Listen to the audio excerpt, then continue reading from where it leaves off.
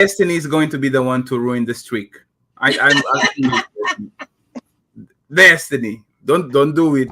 Don't do it, Destiny. I'm gonna ruin the A- streak. the age where you're streaming from, and you better say that you have no boyfriends, or better say you have seven, so I know there's a chance to have an eight. Don't say you have one. Go ahead, Destiny. You got this. I'm gonna go with 46. Hmm. I'm gonna say somewhere in Europe and married.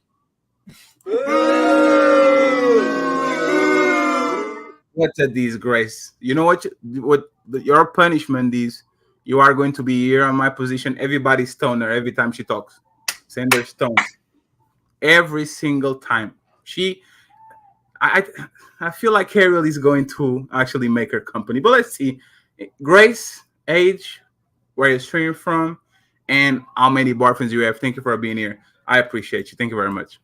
I'm streaming from Georgia, Mhm. 45 minutes out from Atlanta. I'm Mhm. originally from New York, and I am seeing somebody. Was married for 12 years, got divorced, and now I'm seeing somebody for the past year and a half. Is the slot opening? Like there's a chance to steal at the last hour, or for now you good? No, for now I'm good. I'm dating with a purpose.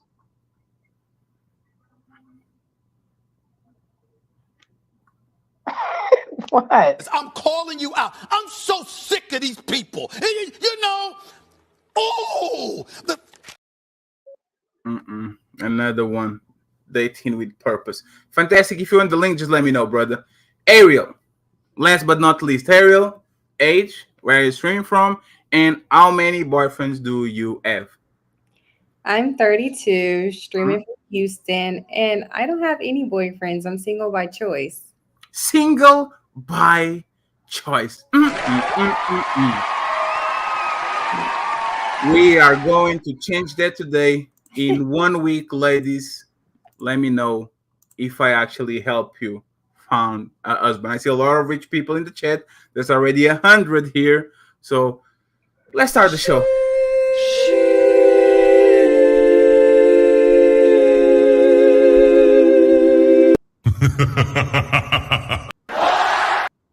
Ladies, and I'm going to start with the single by choice because she said it proudly. And you can, ladies, take the microphone out of my hand. Let the other ladies talk, but if I'm talking, interrupt me. Say, shut up, and do whatever. Like, I want you to participate. Don't be shy about it, okay? Don't be shy about it. And Quinton, he earned the first time out of the show. Quinton is timed out for 5. Now, what? I'll give you 1 minute. Thank you very much, Quinton. I appreciate the super chat, but that was me. So, Ariel, right? Yes. What are men doing wrong in 2024 when it comes to relationships? Men in mess. We don't talk about what the women are doing wrong, what the men in mess are doing wrong. What are we doing wrong in 2024 when it comes to relationships? I feel like men are dating for the wrong reasons, getting married for the wrong reasons. Men also have too many options. And I think social media actually plays a big role in that. It's like ever since COVID, dating has went down. Mm, So like I just don't feel like I should give my time to anyone if you're gonna waste it. Nowadays I don't even have expectations on people because or on men per se because they're gonna disappoint. damn. Not all, Mm, but majority have a lot of options. It's like, okay, mm. I have a lot of options too. Damn, I didn't know that. you may, I don't know. In what part of the phone is the options? Like I have to phone. Like what is the options? Like I have to. The option may be on What? Instagram, Facebook, Me too. Damn. TikTok. It's a lot of Damn. options out here. So I need to make a I TikTok. haven't I haven't found that person. That person haven't found me, and I'm not looking for that. But if love comes, I'm open to it. So Ariel, 1,000. This question is so good. I love this question, right? Because you said social media. I actually agree. Yeah. I actually agree. I totally agree. Social media flooded the market with pussy and a lot of people just doing what they want to do and fucking and all that. Do you have social media, Ariel? Do you have it? Yeah. And now the second question. What's up, Confetti? Not my. Are you willing to delete social media if you meet somebody that you like? That's a difficult question. Well, why? You said that social media was the problem. Yeah, it is, but I don't feel like I should delete social media because I'm dating. Why? Kind of go down on social media too, because now you have like dating websites as well. But I feel like a lot of men get in trouble on social media. It starts. Are you on Tinder, Ariel? I am not on Tinder. No. Are you on Bumble, Ariel? No. Are you on Seeking Arrangements? No, I'm not on any dating websites. so Ariel, ladies, help me here, right? Help me here. If the problem is social media, and social media gives extreme options to men and all that, wouldn't deleting social media when you meet somebody that you like the first thing to go, so the options and the things disappear, so you can have a functional relationship? Bree, don't do that face to me, Bree. I saw you. Why you say no? Isn't that actually common sense? Social media brings problems, so either I delete it or I do a social media with 25 followers, which is my family and my 3 friends, and I can see the shenanigans on Shade Room just by clicking there, but nobody knows. Isn't that dope? I think it depends on how serious the relationship is. Like, you have to compromise. Boyfriend and girlfriend. Huh? Boyfriend and girlfriend. I courted you for 3 months. We are in intentions to be promoted. I say, Ariel, remember what you said about social media? Delete that shit. Would you say, yes, baby, I got you? Or there will be a conversation. You have to be a conversation for me. So I don't think deleting it, not to jump in. I think like limiting distractions. Because what I'm finding is people like don't want to work for relationships, or like my parents been married, not saying it's easy, but they choose one another, right? So I'm finding that people don't want to like work for relationships or do the hard work. So it's easy to go to social media and find somebody else who's been in my DMs and see what shorty's about or see what he's about, versus like communicating and working through stuff, right? So I think it's more about like social media is a distraction. I want you to focus on me, right? And what we got going on and what we're building, not what shorty and wherever else has got going on and all those things. So I want you to be present. I want you to be focused. And social media is a distraction. So I do like fast. When I'm dating, I try to like limit social media, focus on the person I'm like with. So, yeah. So this is to me like, Bree, you was the first one to do faces. I saw you bite a lemon real quick. Tell me, what is wrong with my idea? Why am I wrong? She says social media is a problem. Delete that shit, right? Bree, I don't think social media is a problem. Based on what you have said, I wouldn't have a problem, me personally, deleting social media if I knew that the person was serious about me. You have to give things time. You can't rush things. I'm a firm believer in not doing anything prematurely, because that's the way it will end. So I need to get to know you. I need to date. We need to go places. We need to know, like, what is it that you like? What is your interest? What do you not like? You know, we have to get past the basics, you know. Yes. Some guys feel like they just throw out the basics or do the bare minimum, and you're supposed to reward your private parts or whatever it is that you're supposed to do. But who says that that's what you're supposed to do? No one, you know. But social media can be deleted, to answer your question, if we have more time in and we get to know each other, and I know that you're for me and vice versa. But just to delete it off the back because you said so, I have a problem with that. So here is the question, and anyone agrees with me? Anyone? Canon Mom, Destiny, India. Oh, I see the India nod in her head. Said India is going to be next. I feel the ambush right now. Grace, do something. So this is the thing. I am dating you, and I am somebody that is tall, handsome, successful, all of that. And you know I have options because I have 10,000 followers on Instagram, and you know my DMs. Like all the girls reacting to my things with the arts, liking my pictures from 2018. You know the game, right? If I am looking at you seriously and I say, and again, question for Indian and for the rest of the women on the panel, hey, I really like you. I really enjoy your company. I understand that you are not insecure, but you feel some kind of way about the amount of options that I have on social media. I'm going to delete this or do whatever I need to do it and do an IG only with my close family and with the people that OG, I got you. And with the people that are close to me, like my best friend and all of that. India, would you say no? Would you say don't do it, baby? Baby, you baby, we need to talk about baby. We stop doing that, baby. Stop. Killing me with this. Baby, please keep your social media. We still are on the dating stages. We don't know what happened. Would you fight it, or would you say, God damn, I found the lottery? Let me just delete that shit and let's run to the sunset. What would you do, India? Yeah, I'm not deleting social media. But the man, like the man that you like, again, accomplished man, a lot of women on these DMs. He says, we are dating now. We are boyfriend and girlfriend. I'm going to delete it. Would you fight him and say, hey, don't delete that, keep that? Or you say, thank you very much, go ahead and do it?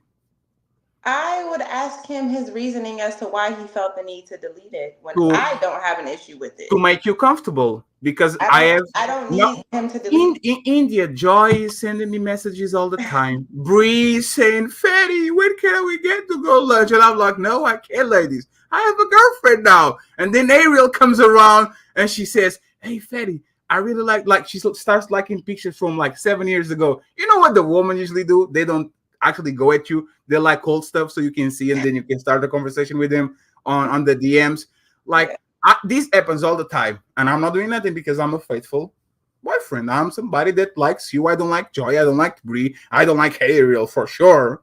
Okay, I don't like them. So I'm making sure that I give you the best. I want you to be comfortable. Would you fight me and say, don't do it? Or would you say, thank you, baby. There's actually a great sign. There's a massive green flag. There's the biggest green flag that you could give me. Thank you very much. Which one would you choose of both of them? I would tell him, if that's what you want for yourself, then so be it. I don't need you to do that. I'm not offended by social media. I don't care about would it be a green flag or a red flag if you did it? To me, it would be a green flag because they may feel that they can't withstand the temptation. And if they want to remove themselves from social media so that they don't, fold, that's fine with me. But it won't be because of me.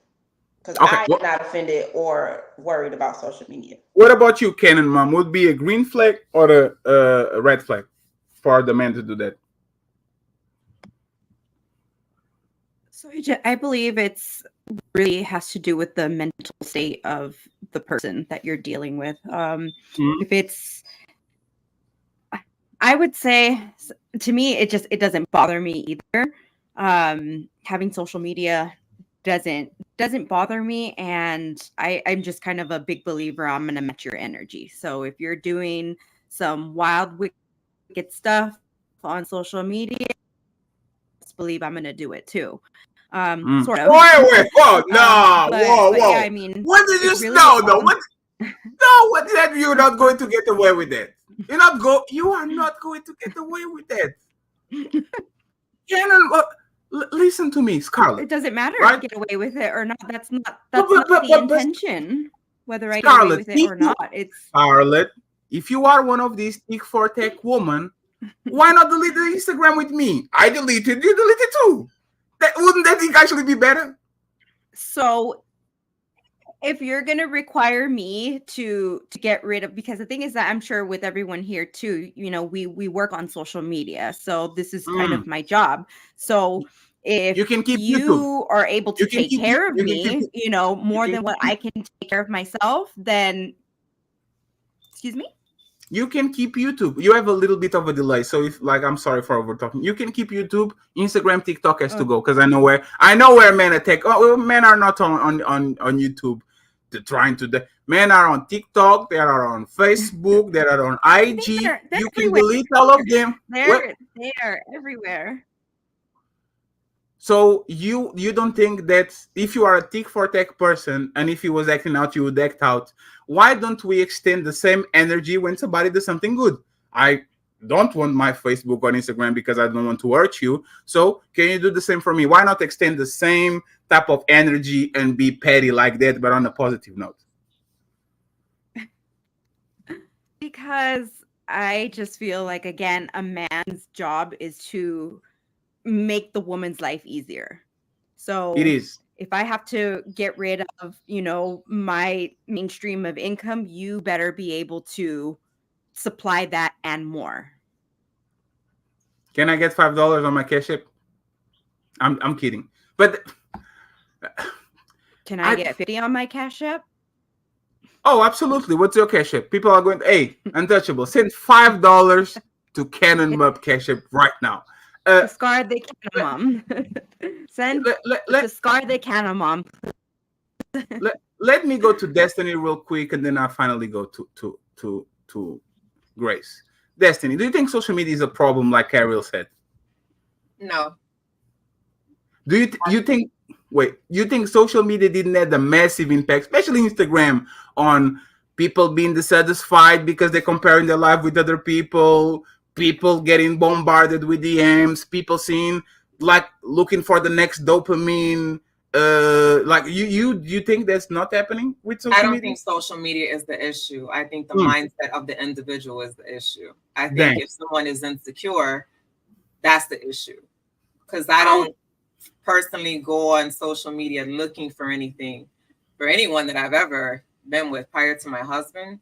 That's just not something I do. So I'm more getting to know you as a person and your mental state, your mentality, and me not being an insecure woman.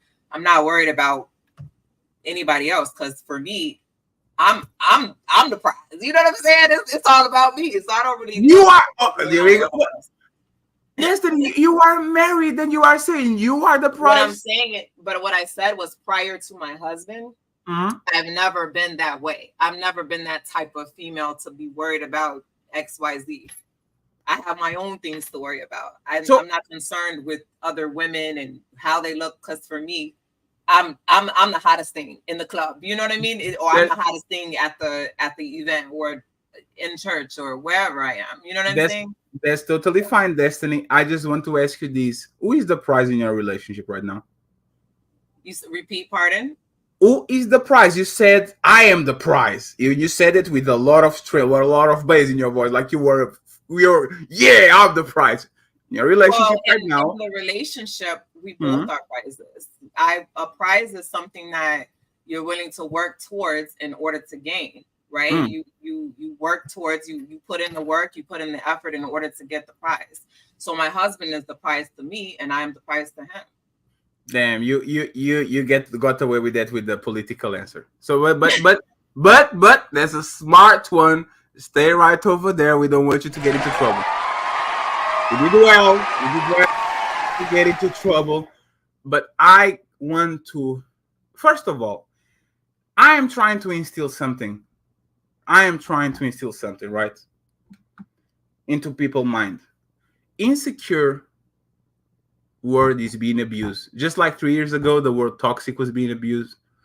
The word insecure is being abused. If you know what your boundaries are, you are not insecure, you are actually secure. If you tell your man, I don't want you to hang around with that sad woman, it's not you being insecure, it's you saying your boundaries. You are secure about what you want. You are secure about yourself. You don't want him to do some things that might jeopardize the relationship. So when you ask a person to do it, I don't think you are insecure. I think actually you are secure in what you want because you establish some boundaries and you are communicating with the other person. Either you do it and you keep me, or you don't do it and you bounce. I think that's the most secure person on the planet. Insecure person is the person that lets the person do it because they don't want to lose you. The guy that you don't like because he's a pushover. You know he's bothered about a lot of things that you do, but instead of him coming to you and says, hey, I want to be with you, these are my rules, they say, it's fine, honey. You got it, honey. You can do it, honey. Oh, your ex-boyfriend? No, you can talk with him. It's fine.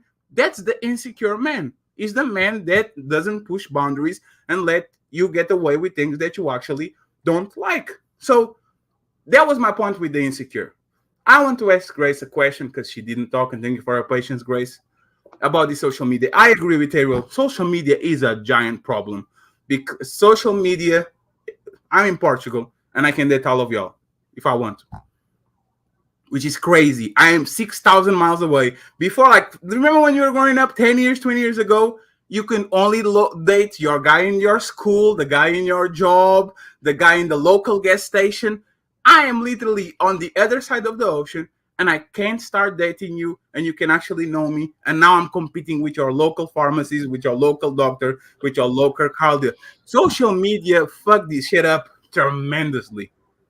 And our brain's still not catching up because this is something new for us, right? So my question to Grace is, I am happy that Ariel said that social media is a big problem, but I am actually disappointed that the ladies didn't say, yes, let's all delete that shit. Why do people, and especially the woman on this panel right now, they acknowledge there's a problem, and not all of you guys acknowledge it was a problem. Destiny was proud. I'm not deleting that shit. Why do we kind of agree in most parts that social media is a problem, but then when it comes to actually resolve, delete, and do something about the problem, seems like everybody's like, not me, not today. Me? I know. Why are we doing that, Grace? Can you please explain what your opinion about that?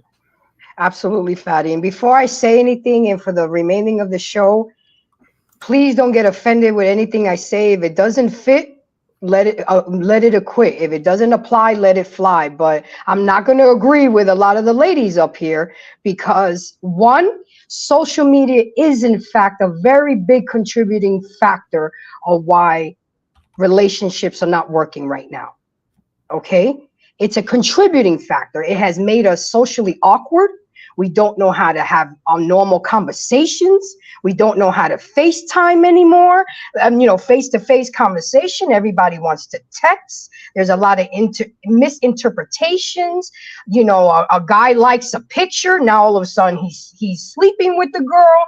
I mean, it just has bring a lot of more trouble to something that's already hard to do in life. It has made it harder. Would I delete my social media? Absolutely, except for my YouTube channel, because from the rip he's gonna know that I have my channel and I'm not gonna give up my channel. But if he asks me to delete Instagram, TikTok for the embetterment of the relationship, yes. We say we want a man, we say we want a relationship, but we're not willing to do the things to get what we want. We're not willing to put the work into what we want. So I have an issue with that. You say you want a man and you want a meaningful relationship, but you're not willing to do the things. And a lot of women look at it as a control thing. Well, you're not going to tell me what to do. You're not going to tell me to delete my social media. Maybe he's just testing you. Maybe he's seeing if you're willing to work with him. And 3 months later, he was like, okay, you can have social media. But we're not even willing to find out. We're just quick to shut it down.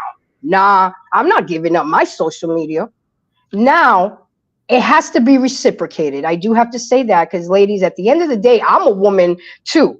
If you want me to delete my social media, then you will have to delete your social media as well. That's when compromise comes in and we work together as a team. I digress. My mic is muted. Well, I'll jump in and say I agree. And two things that you hit on that are very important is communication, because it takes a lot of good communication. I don't mind doing those things. I don't mind showing up that way, right? But what does that look like? What is your reason? I don't want to be tested. I want you to communicate and then allow me to make that decision. And I also think compromise. You said that too. Those are two big factors, right? Like, we in a relationship or as people aren't always going to agree on things or have the same viewpoints or the same perspectives.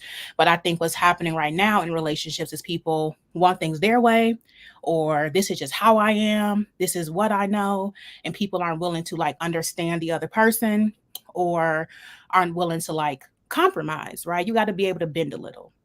Because what looks like is if you don't bend a little in any relationship, whether that's a friendship, a romantic relationship, a business partnership, you're gonna break, right? And so I think right now what we're really missing, and I want to touch on that too, Grace, is communication is lacking. People are scared to be themselves. On social media, people are putting on a front, right?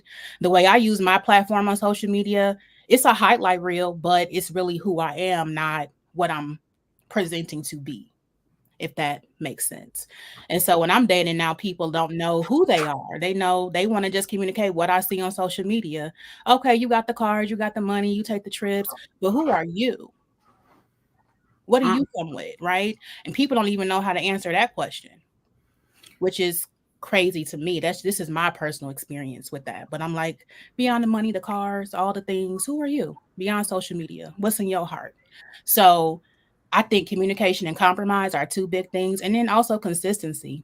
People are more consistent on their business platforms and don't show up in their relationships consistently. You can post at 3:00 every day or listen to this, podcast at noon on a Sunday every day, right? But how are you showing up for me? So I think it's like twofold, and reciprocity is a big part of that. That comes with like the compromise piece. But a lot of people don't know how to communicate. And that's unfortunate. So I don't know. I just kind of want to hear like, what are your, I don't want to take over your show, Fatty, but I also want to hear like, ladies, what are your thoughts about communication in relationship? Because I feel like that's missing. Communication is huge for me. Like nowadays, I also feel like people rather text than talk on the phone. Like just pick up the phone and call me, because it's so much misinterpretation through text message.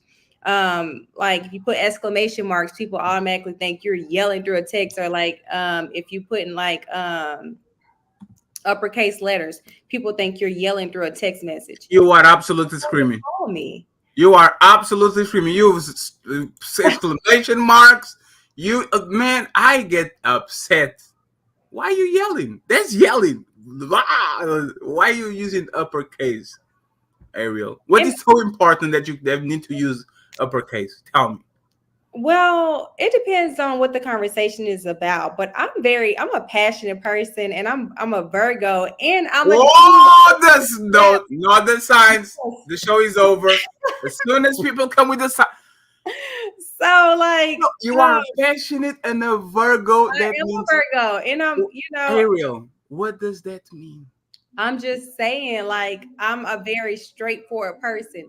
Don't beat around the bush with me. Just tell me what it is so that I can process it, understand it, and we can keep it moving. Like, I can fix this. People, I don't know. I feel like I'm misunderstood a lot too. Just because I want a better understanding of what you mean by this. I ask a lot of questions. Like, are you a talker? Are you a talker? It depends. Sometimes I am, sometimes I observe, and sometimes I just listen. Like, but yeah, I rather talk. I rather talk. Do you think that most men are talkers or more quiet? Like, they might be goofy and all that, but like, do you think most men like to hear themselves talk? I believe that. I believe some men like to hear themselves talk. First you said men have a lot of options because of IG, but you didn't include the woman. Now you said, and I agree with you, a lot of men like to talk. Right? So yeah. So since you started it, and then we move along, because I want to Bree in India. I want them to say what's wrong into relationship 2024. What are the compromises that you are willing to do to get the man that you want? Let's imagine that the man is the man of your dreams. And when I say man of the dreams, he kind of fills the checklist, right? The eyes, whatever. What are you willing to give away that you have right now to secure that relationship? I like to participate in Sunday Fun Day sometimes. I'm willing to, give up like a Sunday fun day or like, you know, going out with my friends. What do you do on those Sundays so I can see if he's What? It's not every Sunday. It's like when I have time. Like I go out with my friends. We like go to lounges. We go to bars. We have a good time. You know. So you are willing to give up 2 days per month where you have fun with them, so you can have fun with him? Yeah, absolutely. Okay, there's bare minimum. Give me a little bit more, like a little bit more. Like give me something that is really important to you that you say, you know what, take it, brother. You got this. Oh, this is kind of a difficult question. Not difficult, but kind of hard because I don't really have. I mean, I got to think about it. Let me give you an example. Hey, baby, I love you. And remember all the pussy that I was pursuing before and talking to all those friends. And this is just my cousin and all that. I'm willing to give that shit away. I'm not talking with them anymore. It is what it is. Remove him from my social media, all that. Just so I can be with you. You'll be willing to do that? Absolutely. I don't have a problem with, you know, giving up friends. But I don't, like, I'm actually single. Like I don't even talk to no one right now. I was in something, but I'm no longer, you know, in it now. So I'm single. So if you don't talk with them, why you want to keep the social media so bad? What's the problem with that? I'm just saying social media is a problem nowadays. Yes. You know, that's all. That's so if social media is a problem nowadays, and you don't want, like, you are not using that shit like that, why not just give it away? It doesn't sound like it's important to you, kind of. It's really not, but then, you know, sometimes I get bored and I got family on social media. I like to see what people are doing. Don't you have a phone that you can text them and WhatsApp? Not, I mean, yeah, but it's different. Let me just say this because person. Let me say this. I'm going to tell it since the ladies didn't want to tell it. Women want to keep social media because they want to keep their options open. They are not willing to date a guy, delete all the friends and put them away, and then as soon the guy bounces, and now they are barefoot and pregnant in the kitchen. Like guys are not. Huh? Guys are not. Guys keep their options open as well. So you can't just. What do you mean by so? How many boyfriends did you have that you asked, hey, stop talking with that bitch, and they said, you know what? I'm not going to stop. No, they say, oh, do you like her? It is. Oh, you go ahead. Men are not dumb. Men understand compromise. They're not. They're not. But men do what they feel like they should do. They pick and choose. It depends on the importance of the female that they're pursuing. So that doesn't necessarily mean that they put, you know, their lineup behind them because I come to the forefront and I say, okay, I don't want you talking to these females. Talk to me. That doesn't. So what do you want me to do? Like to hire a hitman to kill all those ladies that I talked before, so there's no chance that they come back to our life? That's the best I can do. I cut IG, I cut whatever, and I cut the communication because you know how women communicate with men on IG? Stories. They don't want to be seen on the comments like that. They probably don't like your shit. That's a female that has something to hide. If you have nothing to hide, then you can. But women don't like to be rejected outright. So they react to your stories with heart emojis. And oh my God, this sounded so fun. And they start to spark a conversation so you can actually talk with them. This is why I look at Ariel. Ariel doesn't look bad at all. And I know exactly if Ariel posts a picture eating some fucking Ariel can post a picture with a hot dog. A McDonald's hamburger in her. Oh my God, that sounds so tasty. Where is the restaurant? Motherfucker, this shit is McDonald's. You know exactly what it is. But I just want her attention. So I'm going to say, oh, is that McDonald's in our area? Oh, you are. I know where she lives. I'm your neighbor. I have been following her around and seeing her stories and shit. Men will literally go out of their way to do that. So it's about the options. You guys are not tricking nobody. Men already are up to game. You don't want to be out of options. You want your options to be there if for a case that you are single. So you want your IG so you can show off in front of your friends because there's competition that you guys do. You got a wedding, I got a bigger wedding. You got those shoes, I got the better shoes. You got going to Paris, I went to Dubai. It's for competing with your friends, and it's for you to make sure that supply of men, the guys that you have on your phone as lunch, the annoying John, all those guys, you can keep them in line in case something is wrong. My question, and India and Bree can go ahead and Joy, don't do that to me. Don't do that to me, okay? What am I missing? Why am I lying? Can you explain to me why am I lying? Shout out to Top Cat for the cash app. I truly appreciate it. The goal for today, friends, is $40. So I can buy some let me see an excuse. Some cream, like I don't know, $40 via cash app. Shout out to 200 people watching. I appreciate you. We need 200 likes too. Go for the cash app, $40. I appreciate you. Bree and India, okay? And then we go to Joy so she can tell us what men are doing wrong. What am I missing? Where am I wrong on these options thing and on these I want to, like Ariel said, I'm bored. Go fucking watch House of Atlantis, Ariel. Like, go watch Keep Up with the Kardashian. Come to YouTube with us. Have fun. There's so much. Go to the beach. There's so much good things that you could do with your time. Why would you not give away that? Okay, India and Brie, go ahead. First, women are not the same. That's where y'all run into the problem every single time. Uh-oh. Every single time. It's just women are this, women are that. You don't know every woman in the world. You don't even know every woman in your city. So do you like high heels? India, do you like high heels? Yes. Yes. From time to What time. about bags? About who? What about bags? Bags? Like, yeah, do you like bags? Yes. What about making beautiful nails? Do you like beautiful nails? I do. What about lashes? Do you like beautiful lashes? I do. Do you like to go to the beach? I do. Do you like tall men? I do. Do you like money? Yeah. Oh, sounds like I kind of know you, right? No, because what you failed to ask me was, do you get on social media to get attention from men? That's what you did not ask me. And you just said that women are on social media for attention from men. That's why they don't want to delete their social media. That's what you said. You said you have a husband or you are single? No, I'm single. I don't have anything going on. Miss India. I'm going to literally go to your. I'm going to go to your Instagram right now. I'm very suspicious of you because you are not an ugly lady. Because you are not an ugly lady too, and your IG is going to tell me a lot about you. Put it on hold. It's very wholesome. There's nothing on there that. Oh, it's very awesome. You're going to. Hey, I am the one to put that. I'm going to be the one deciding that. But before we do it, India. So it's not about the options, right? So it's about what? It's about connecting with friends. It's about business opportunities. I live in Atlanta, which is a very busy city. So I get on social media to see what festivals are in town, who's coming to do a concert. There's so many things you can do with social media. It's not about finding a guy.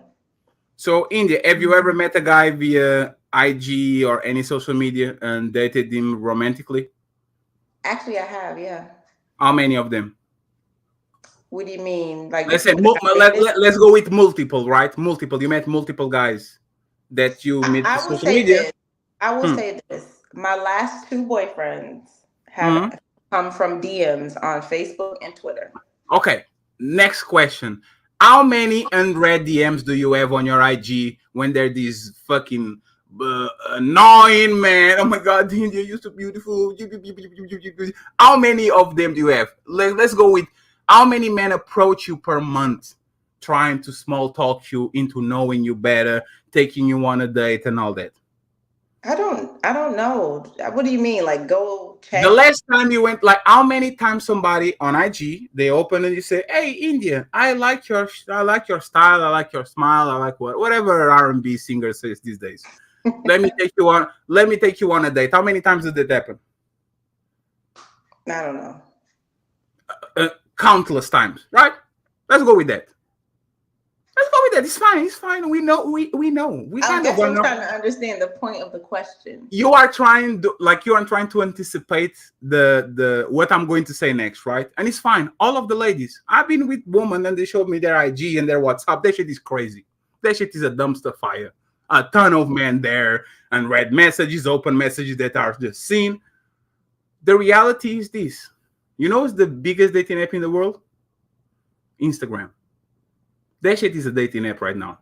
Instagram. You think a person that is on Tinder as options Open somebody that has like, I'm not talking about the people that just watch, like, go to Instagram once every week. I'm talking about the 2-hour and up activity per day. Their DMs are full. Instagram is the dating app. Everybody's posting what they're doing, where they want to go, their dreams and their hopes. And it's very easy for Scarlett to post, oh my God, I want to go to Paris. You know, wants to go to Paris now too?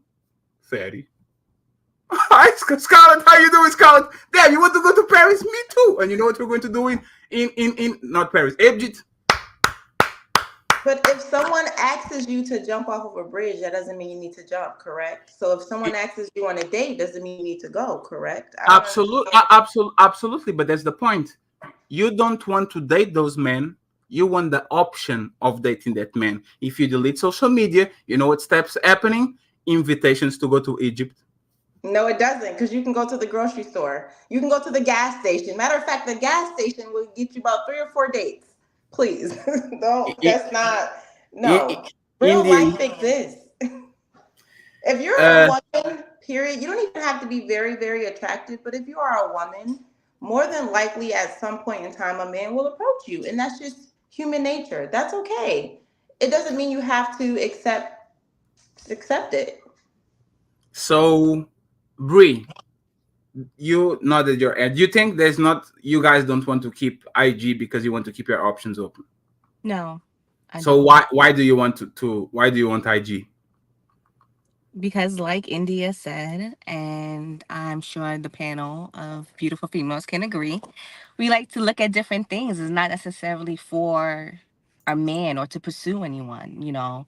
What events are taking place, I agree with everything that India said. I don't go on social media with an objective to look for a man.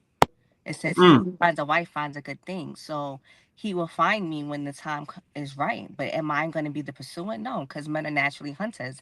And if I'm somebody that they want, then you'll make it happen. But am I going purposely? No, I'm not. Isn't that literally? Oh my, ladies, don't do that to me, ladies, today. What happened? What's wrong?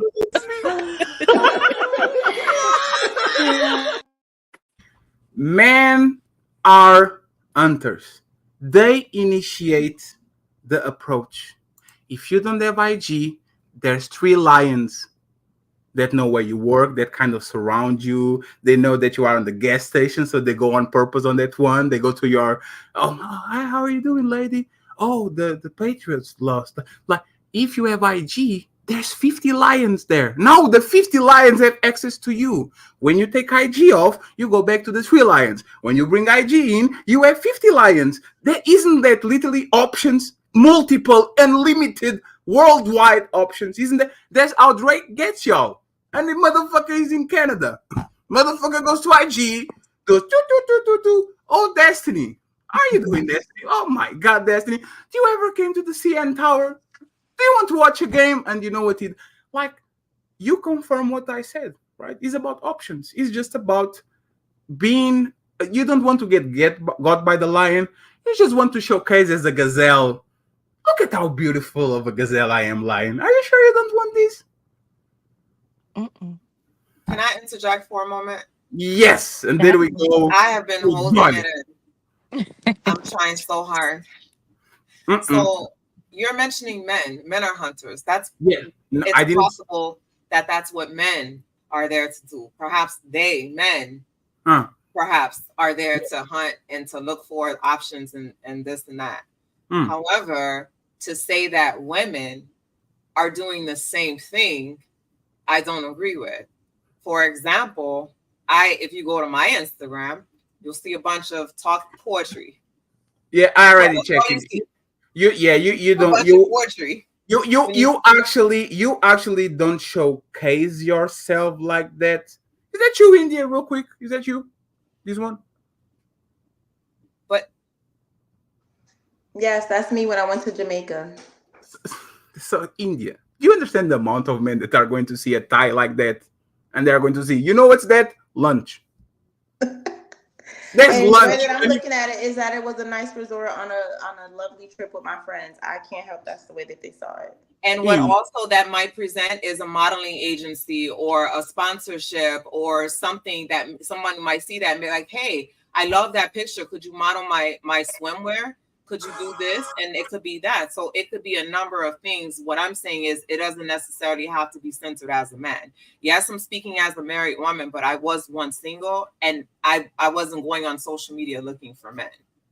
I yield the floor. What about, and India is public, right? So I mean, I'm doing this as educational purpose. What about this one? Could this be seen as lunch? Could this be enticing for a fairy? I am looking for a girlfriend, and I'm like, you know what? It's my turn. It is. You told me it was my turn. You can talk all that you want to, yell and scream. You lost. It is my turn. You lost the game. It's my turn. Don't make me. Could I look at that picture and say, you know what? It's my turn. I'm going to. You absolutely could. You could, but I'm not in control of what you're looking at as far as how you interpreted it. I know what I wanted to portray. But India, remember when you said, I think I don't know if it was you. I don't want to put that on you. Somebody on the panel, I think it was Bree or you, said, oh, it was you. You think all women are the same? And I started to say things that actually you liked, right? You know what, India? All men are the same. I don't think they are. When I say all, let's go with the majority.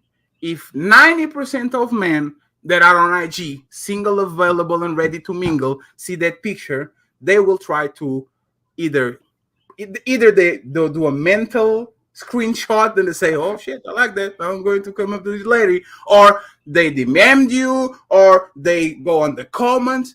We admit that shit. If you see a nice piece of ass, hey, on the balance of probabilities, if this is available, we're going, right? Why can't women tell us the same? Hey, I know how men are. I know men like to chase, like everybody kind of agree. Men like to chase. What happens? You remember Madagascar, that the animation video? Like the animation series of, I think it's Disney. When the lion, I think the name is Malachi, he started to look at the zebra, and everything he could see on the zebra was a steak. Like he was so hungry that every time he saw a zebra, like the zebra was supposed to be his best friend, right? And every time he saw a zebra, what he saw was steak. That's what how men look at women if they see an attractive woman. Steak. You are not a zebra. You might think, I'm a zebra. Look at my beautiful stripes. They are white and black. I'm proud of myself. I'm just here to. No, what men see is that's a zebra, but that's not a zebra. That's steak. That's my lunch.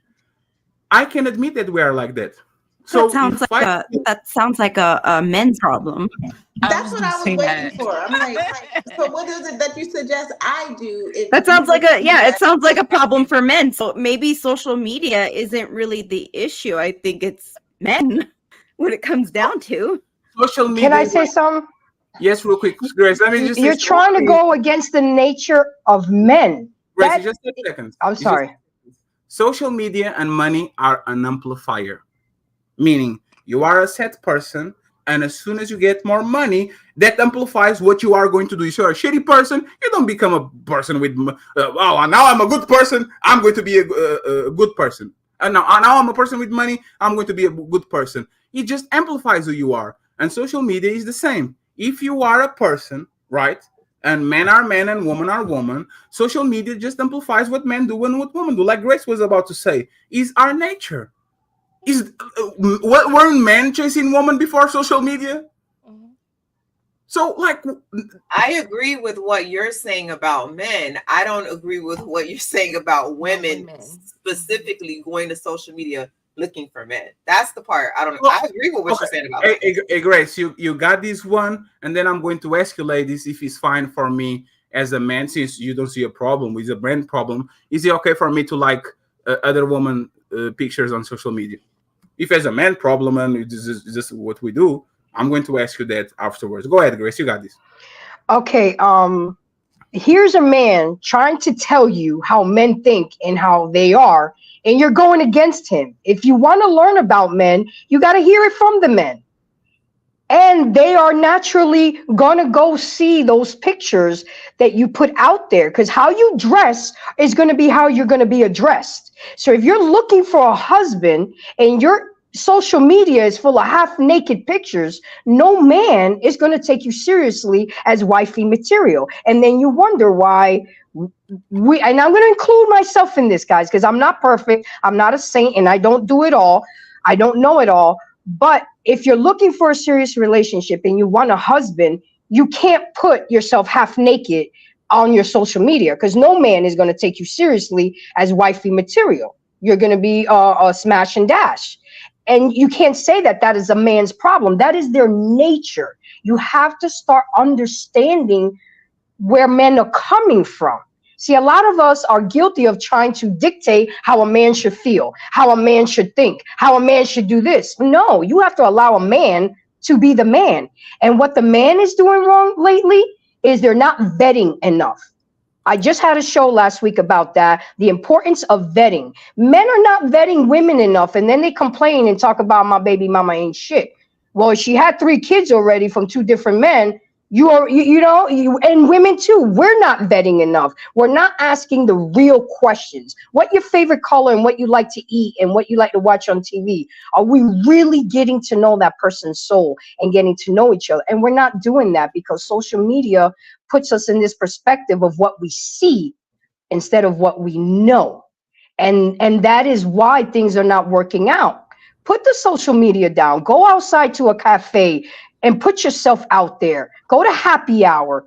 I was in love with Kevin Samuels. I agree with about 90% of the things that he said. Put the phone down. Even when you're at the restaurant, at the bar, we're all in our phones. How are you going to meet somebody if you're all in your phone?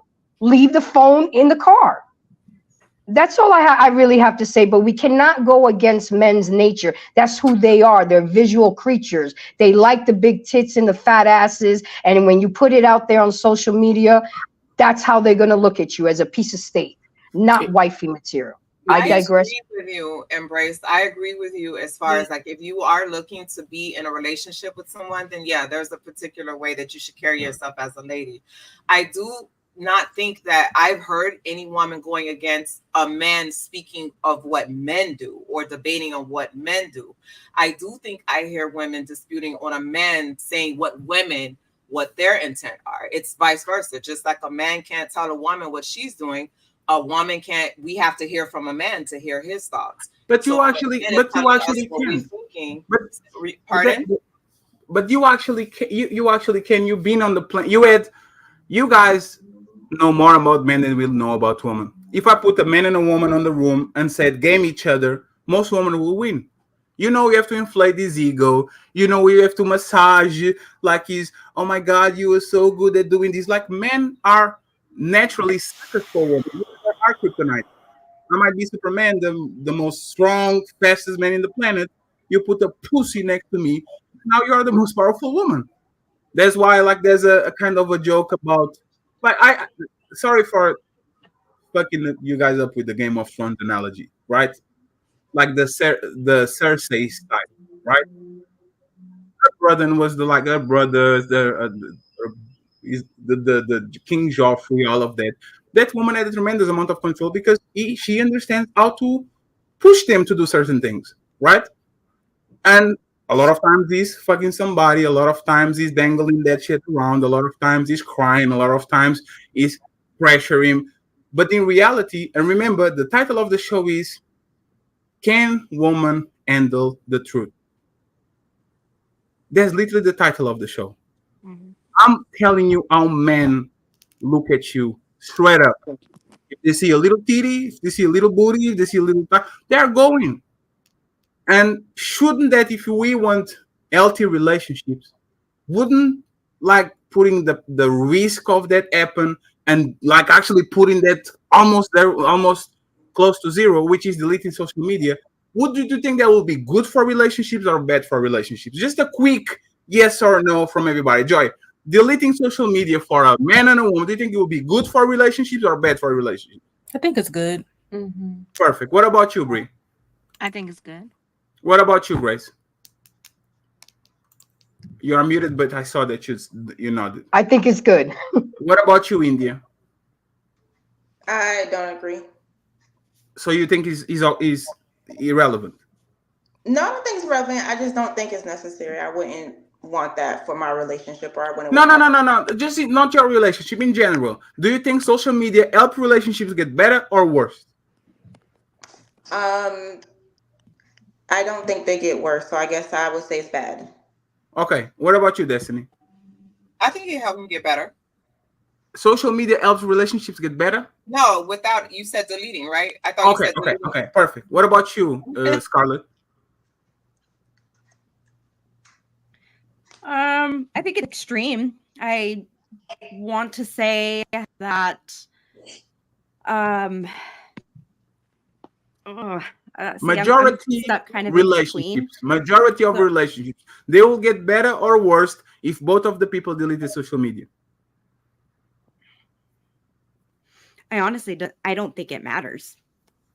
I honestly do not think it matters, because you're going to cheat either way, whether social media is there or not. It's all about the person and intention. Opportunity a lot of times. Because social media has done a lot of good too for people versus, like all the ladies that are on social media here. How many are on social media because you want to date or find somebody? Raise your hand. Yes, and that's the point. I had social media. I met you. We're together. I deleted it anymore. But then I feel like there's a trust factor that comes into that, because you can delete something in front of me. We could delete it together. But what happens when I'm not with you? Is the question.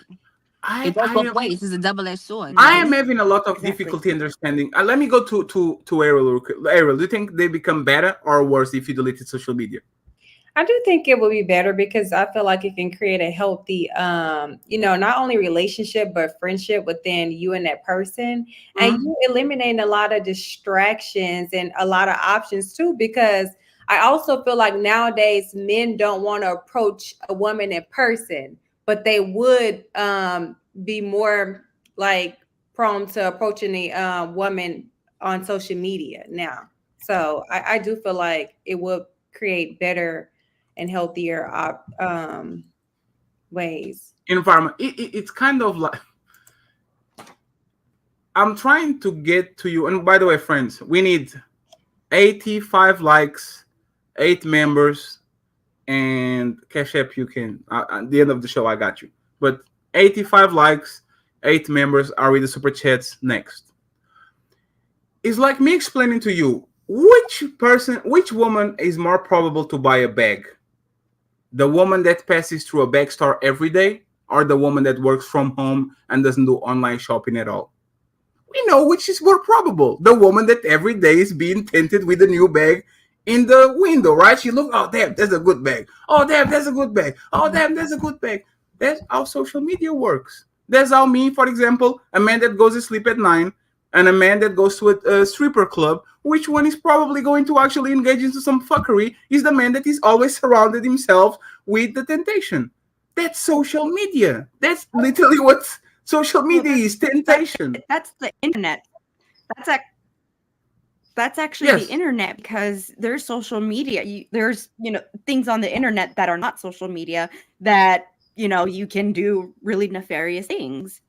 I see you, Ariel. So Kahneman, to a relationship, what is worse on the internet than social media? Porn. Yes, but you know what's funny? I'm not going to debate you on that. That's not social media. Yes, it's not social media. Yes, absolutely. Social media, so that can absolutely. No, you know what's funny? A problem. You know what's funny? And you have a 5-second delay, so we're going to. And I saw you, Ariel. Okay. What do you think Twitch is turning into? What do you think Instagram with the big booty Instagram models, everybody naked? Have you seen Instagram lately?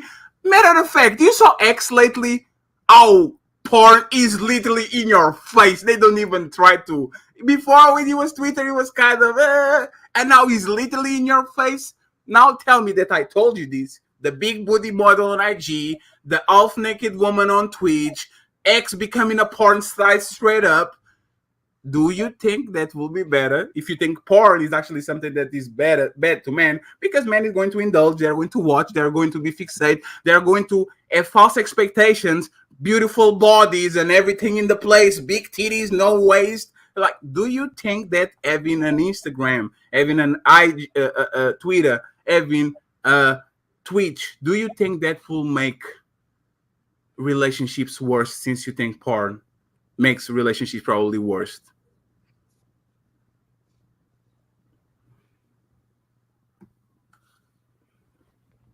That's for you, Scarlett.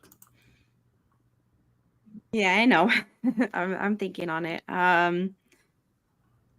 In a perfect world, sure. Deleting, you would need to delete the whole internet. I could move her from the place. Ariel, to say what you want to say, I'll read the super chat and then we move on, because we can be here for 1,000 million hours.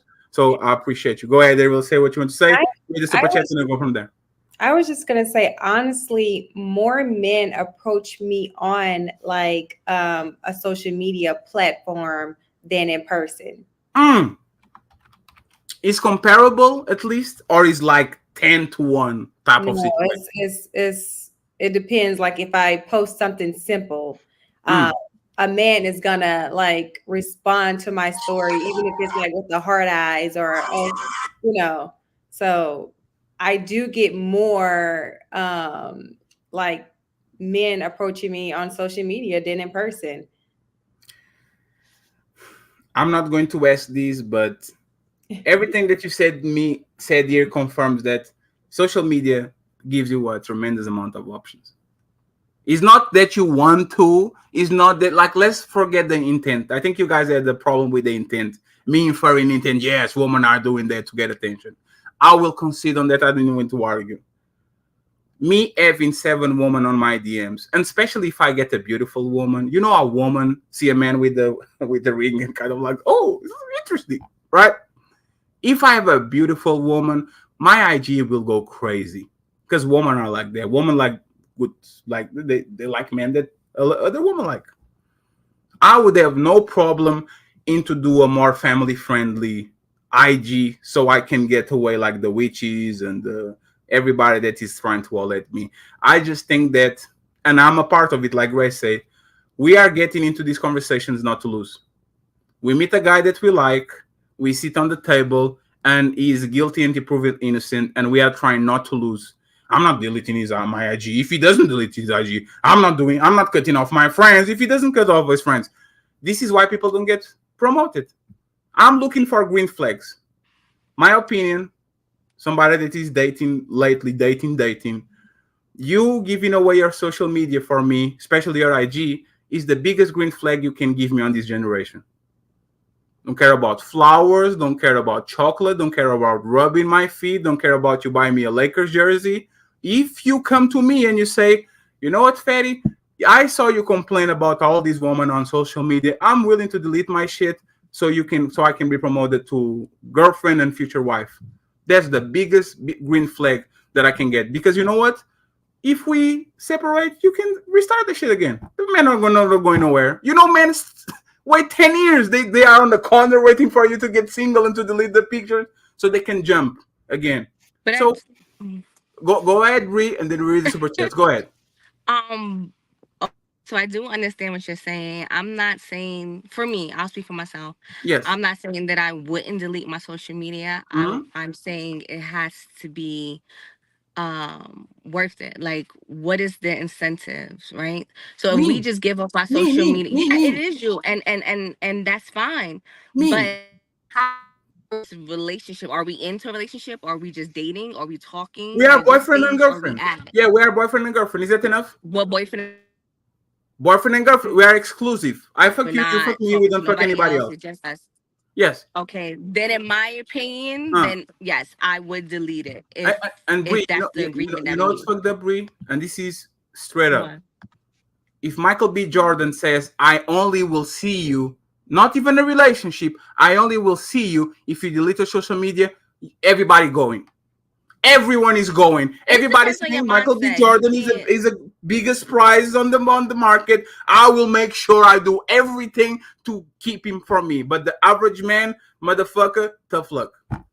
But it's your mindset. Like No, that's it's his pockets. it's your mentality. Because just because, see, I've never been like struck, right? Like I don't care if you're famous or not, right? Because for me, I want to know the core of you. Like Joyce said, I want to know who you are. Take all that fame shit away. Who are you at your core? So if Michael B. Jordan approached me and said, "Hey, I will only pursue you if you delete your social media," yes, I don't necessarily jump because he is who he is. I don't care who you are. Who are you Do you outside think of most women are like you? No. I think women of substance are.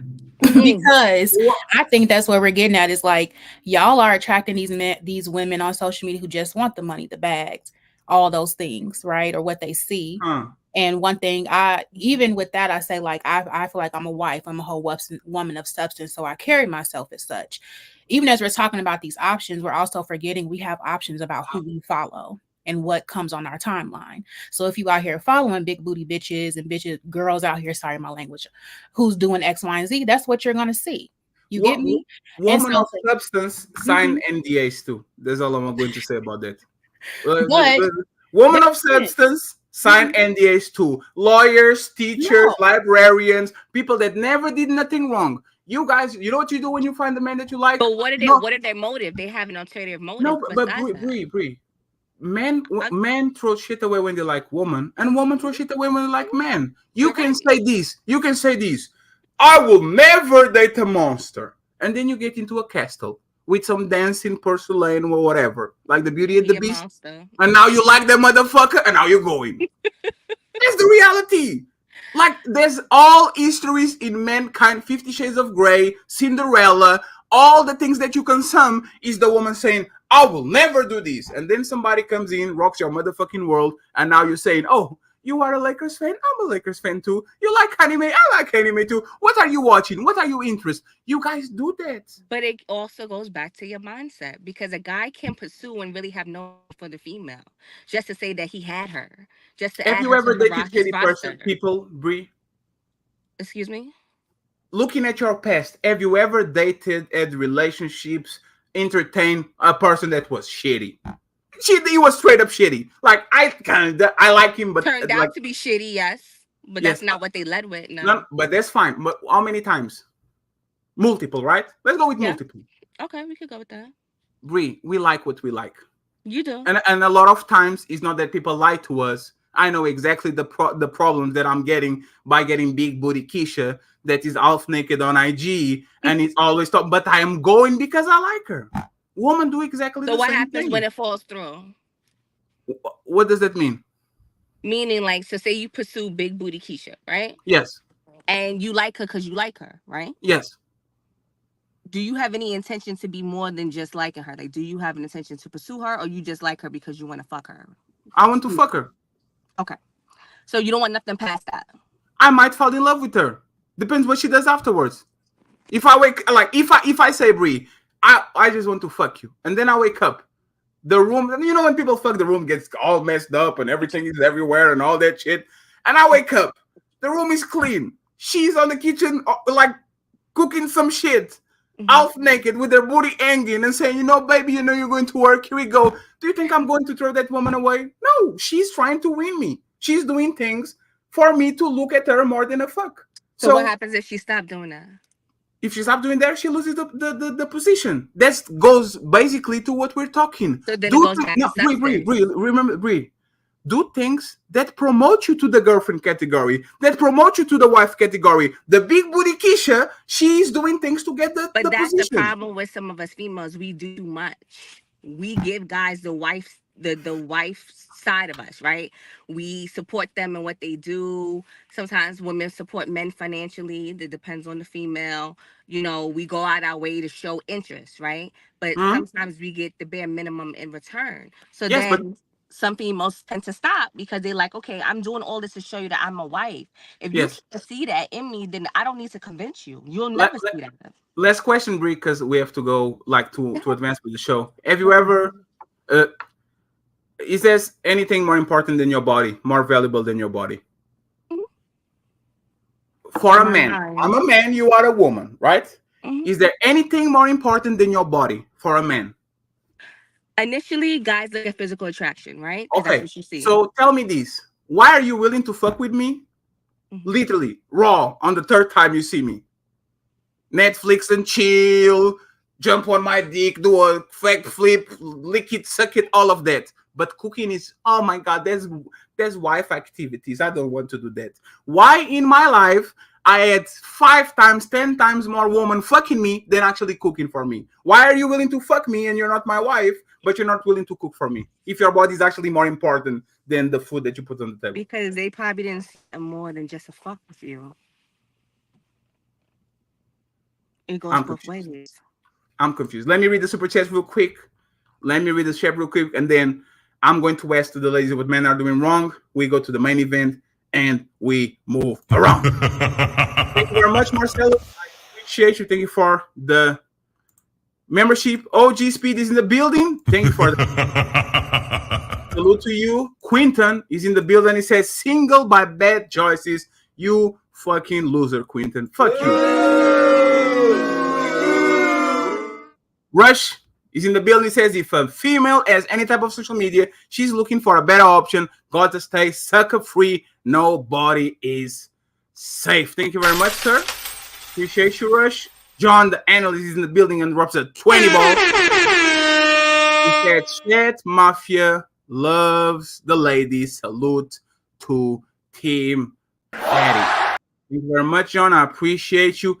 Shame, blame, and explain. Professional red pill conversationalist with the $1. Thank you very much. Every dollar counts. We have Lauren in the building, and she says,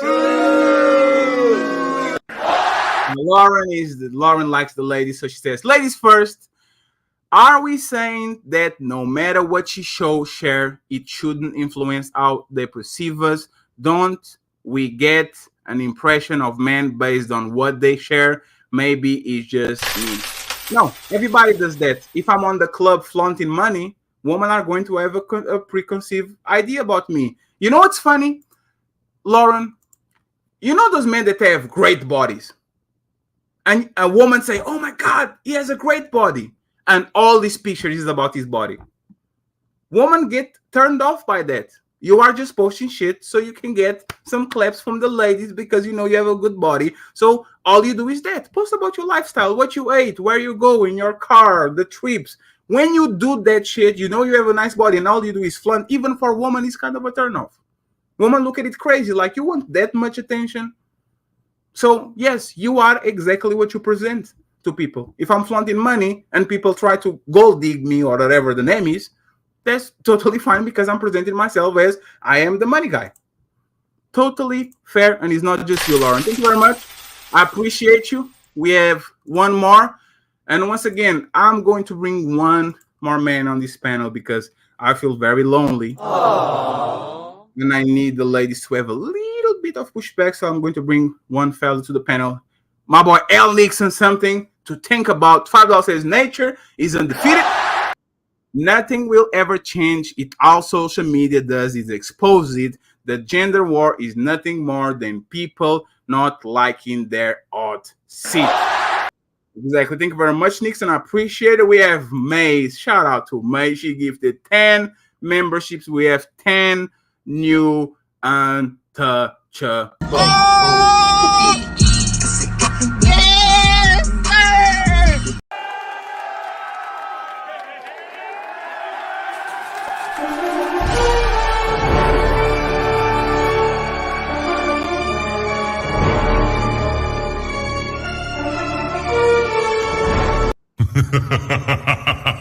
Thank you very much. May is the sponsor of the show. Salute to you, May. Thank you very much. I appreciate you, May. I hope you're doing good. Time out in the building. $10 says, question for the ladies. Do y'all think or feel men will improve their interactions and relationships with a woman in the next 50 years? Are the indications now it is trending in that direction? I want Destiny to answer that. Destiny, do you think relationships are going to get, like the interactions with women on the next 50 years are going to become better or worse? I think it depends on us as humans. First of all, let's be more bold.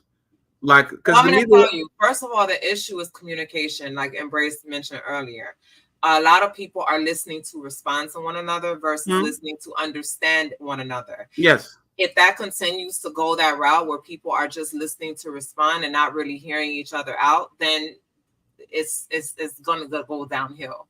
But if a lot of people don't start working in solutions versus the problem, focusing on the problem and not the solutions, it's going to go downhill. So if we get that together, boom. That was literally what happened right now. It was bad communication. I ask you a question and you answer a different question. And it happens multiple times. I'm not trying to single you out, right? Did I not answer your question? I'm sorry. No, because you sit on the fence and you explain what happens without answering the question, right? Do you think is an opinion and you have to pick one, right? Either better or worse. Just like if you had to do an exercise, do you think interactions with women are going to become better or worse in the next 50 years? Worse. Okay. You see, like it's women talk a certain way and men talk a certain way. And this is actually, you're right about the communication. We need to get a happy medium where women are more straight up with their questions and men are a little bit more tolerant about women saying 10,000 words per day more than men, right? We need to get to a place where we both understand each other without me not talking always your language and you not talking always my language. But thank you very much, and thank you very much, time out. I appreciate it. We have 3 more to go. Smooth is in the building, says, we had internet in 2002. No social media is dating the same in 2024. She will say anything so long as it's not. You're right, Ferry. That's a good point. Or Scarlett. Something to think about. El Nixon says, if you want a relationship but stop doing what really is in your best interest to keep one, the results are your fault alone. And finally, Carl with the motherfucking $50. Salute to you, Carl. I appreciate you. Ladies, fellas. What's going on? This is your town. Get your hands up. Yo, get your hands up. Yo, get your hands up. Give me your fucking money. That's a lot of money. All the out of town cats, get them up. Push them up. All the out of town cats, get them up. Push them up. All the out of town cats, get them up. Push them up. Get them up. Push them up. Get them up. We've got to have money.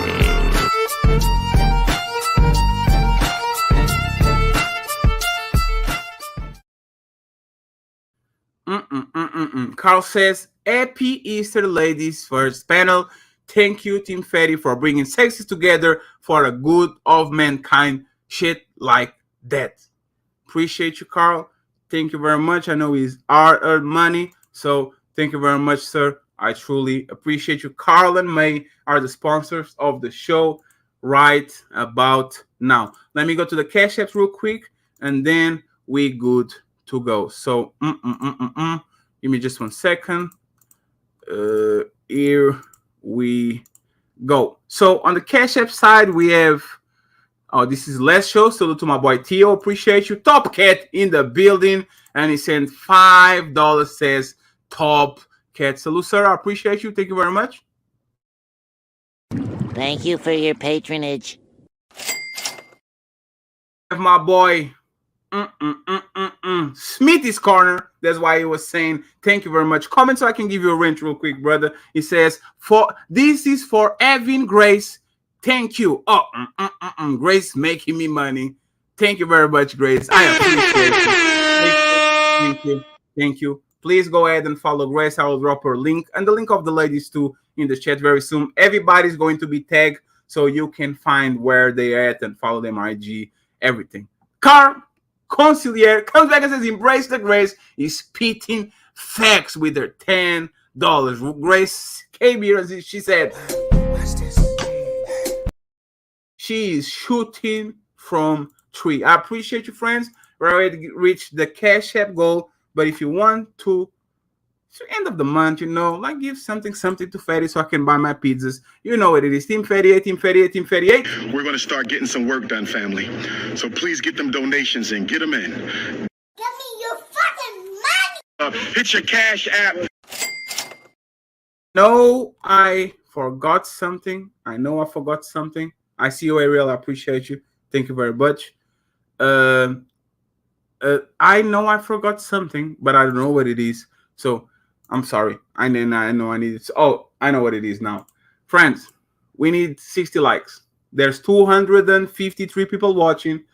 Okay, I know it's going to get a little bit more feel. So please like the video. The likes are for free. We need 60 likes so we can get to the 200 mark. Usually, I appreciate Joy, Bree, Grace, India, Destiny, Scarlett, and Ariel. Thank you very much for giving me a little bit of your time.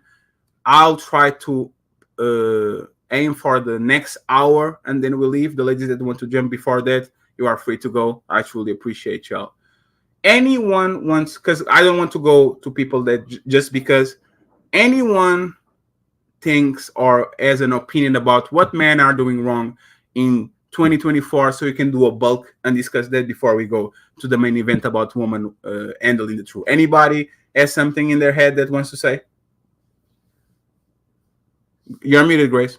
I would like to say something real quick. Men are not taking the time to build themselves first. You know, a man between the age of 18 and 28, I'm not saying don't have fun, don't party, and don't do, but stay focused. Stay on your purpose. This is what I tell my son. And I've learned this from my father, my male cousins, my uncles. In order to become a man, to first take care of yourself, then take on a girlfriend or a wife and a child. But a lot of men are out here just making babies, you know, are messy, are not handling their own business. They're living on the couch of their mama house instead of working on themselves. Okay, and you know what? I gotta throw in us too. Us women do the same. But the question is, what are men doing wrong? They're not vetting enough, and they're not focusing on their goals and their purpose enough because they're too busy trying to get their dick wet. You know what I'm saying? So sorry. No, I have a pushback for that. Okay. Since when in history of time men needed to be men of status or work on themselves or be better to get married with a woman that is just like them? It's not even for that. It's for themselves to be a productive citizen of this society. But why? Why can I be selfish? Like Grace, the world changed to a point where 50 years ago, a McDonald's worker will marry another McDonald's worker. The butcher will marry the woman that sells fish. The fisherman will, like, we never had to fight to get women because we have women that are our counterparts. They literally are around us. They don't make more than us. They have like, it's amazing. Let me give you this example, right? And I talked about this a month before. In my country, like you guys know, Zara is like a clothing brand. And there's like a high-end that is called Massimo Dutti, which is like tailored suits, right? Those motherfuckers that work there think they are rich just because they talk with rich customers. Just because they have rich customers, the people that are literally selling that and they're not getting nothing of the revenue think they are better than the rest of the people on the shopping mall just because they are selling something that is kind of luxury for our standards.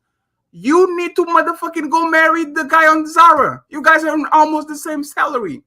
Like, you are not better than him. But I didn't just speak about money. I spoke about building your character, building your purpose, because a lot of men lead with money. You complain that women are gold diggers, but then you buy the flashy car, you buy the Jordans, you buy the jewelry, and then wonder, well, why females just want me for my money? Lead with your character. Lead with your purpose. That's perfect, Grace. So I'm not going to get Jordans. I'm not going to get a BMW. I'm not going to get an expensive suit. I'm not going to get nothing. And you are going to marry me as a 21 broke kid, just like you. You are a 21 broke woman in college. I'm a 21 broke man in college. Let's get married right now. Who is dodging that shit? Is the man that loves the woman and wants to cuff her so Fatty and the other fellas don't get her? Or is the woman that thinks, I have time, I will get him at 30? Who is doing this, Grace. It's not men doing The that. women, I'm gonna admit it to you because hey, the women, because women should be not only going to college to get an education, but also to find a husband. That is your prime time to find a husband. Not at 30, not at 35. Most women of the other side are engaged by their junior year. You know, are getting married, but we've been instilled, be independent, make your own money, do this, do that, do that. And by the time we look up, we're 35 years old, and now we're wondering why we can't find a husband. It's too late. But doesn't that go against you saying, like, I understand the men need to work hard, but it's not for a woman. And But the women need to work hard too.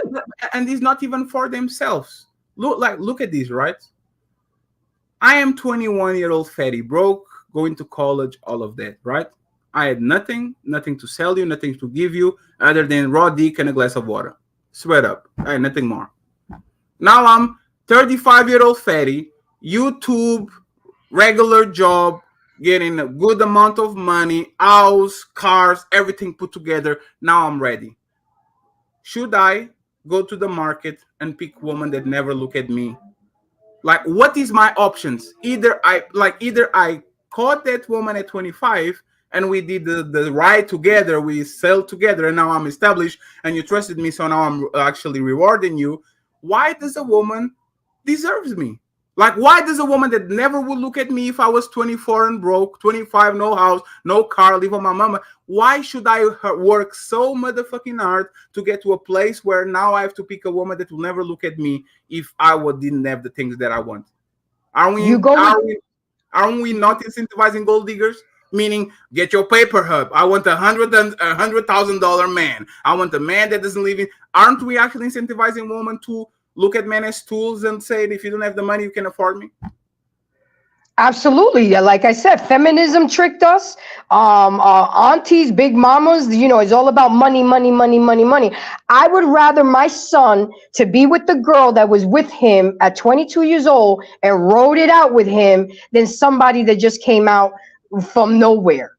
And it's hard to find sometimes, but it is possible. But at the end of the day, us women and men, we just have to stay on our purpose and become better versions of ourselves. We cannot stay stagnant.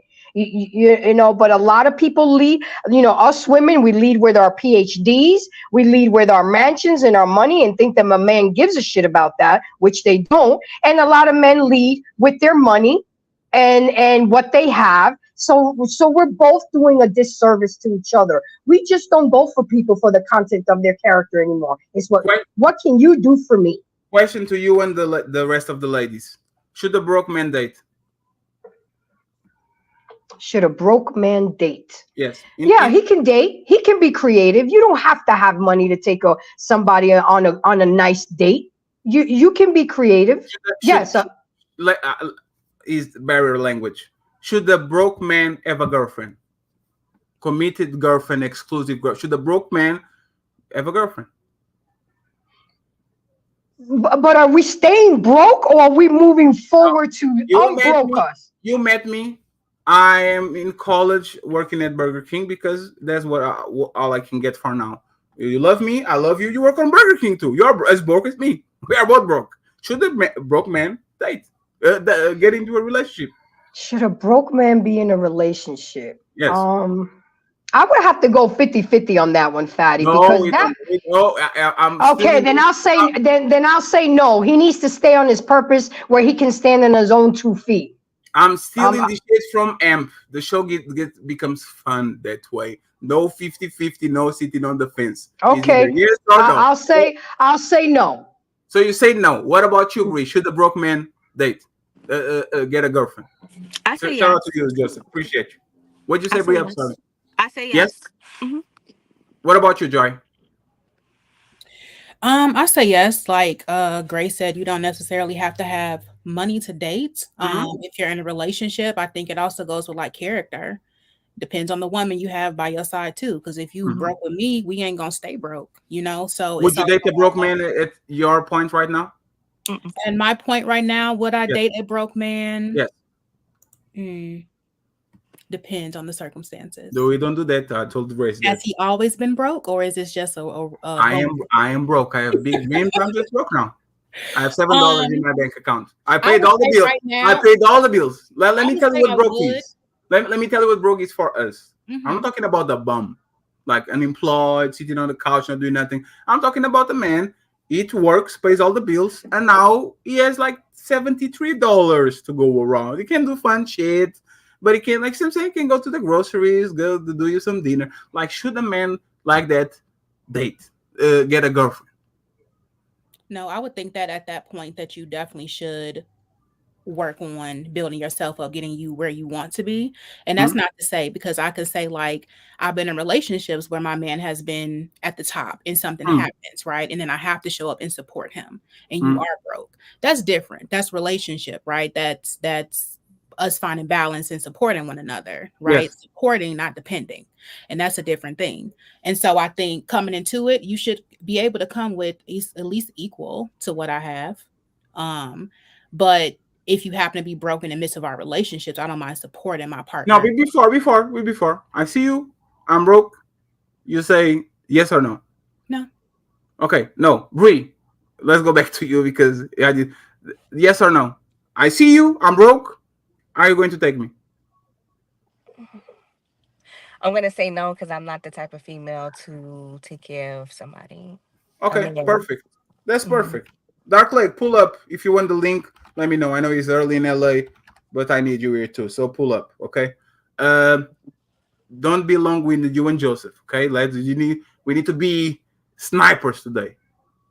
Shout out to Joseph and shout out to Dark Lake. What about you, Scarlett?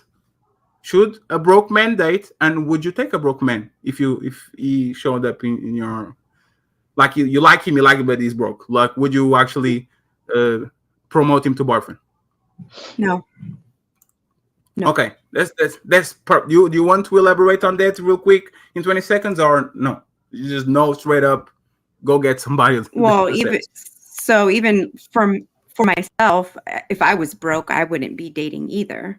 I think I think you should focus on yourself and get your things right before you. Have you ever dated broke? Put yourself in that position. Have you ever dated while you were broke? Yeah. Take kind of contradict. You kind of contradicted I wouldn't say I yourself dated, but I mean I had fun. Yes, but if the man of your dreams showed up to your face and you had no money, would you say, you know what, Mr. Thor? I don't know the name. Chris Hemsworth, whatever the motherfucking name is.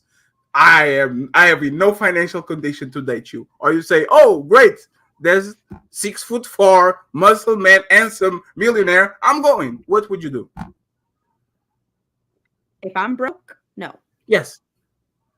No, I'm going to focus on myself first. No. Fantastic. Click the link too, please. Click the link if you can. Destiny. Should men date while broke? And would you accept a broke man? Theoretically. I'll just say yes. I'll keep it short and sweet. India. What'd you say? No, I don't think a broke man should date. And I personally wouldn't want to date if I were also broke. But did you ever date while you were broke in your life? When I was much younger, but we were all broke, so it was understandable. So if you don't have money in your bank account and somebody says, hey man, I like you, you like me, let's go to Paris real quick. Let's go to Fogo do Chão and get a steak or something like that. You say, nope, I am not going if I'm not in a financial condition to go. That is correct. Can I play a video for you, India, real quick? Can you play with me? You said no, not play with you. There's I'm like, there's grown-up talk. There's the guy that does massages on Instagram. He's very. I'm going to play a video for you real quick. Okay, 1, 2, 3.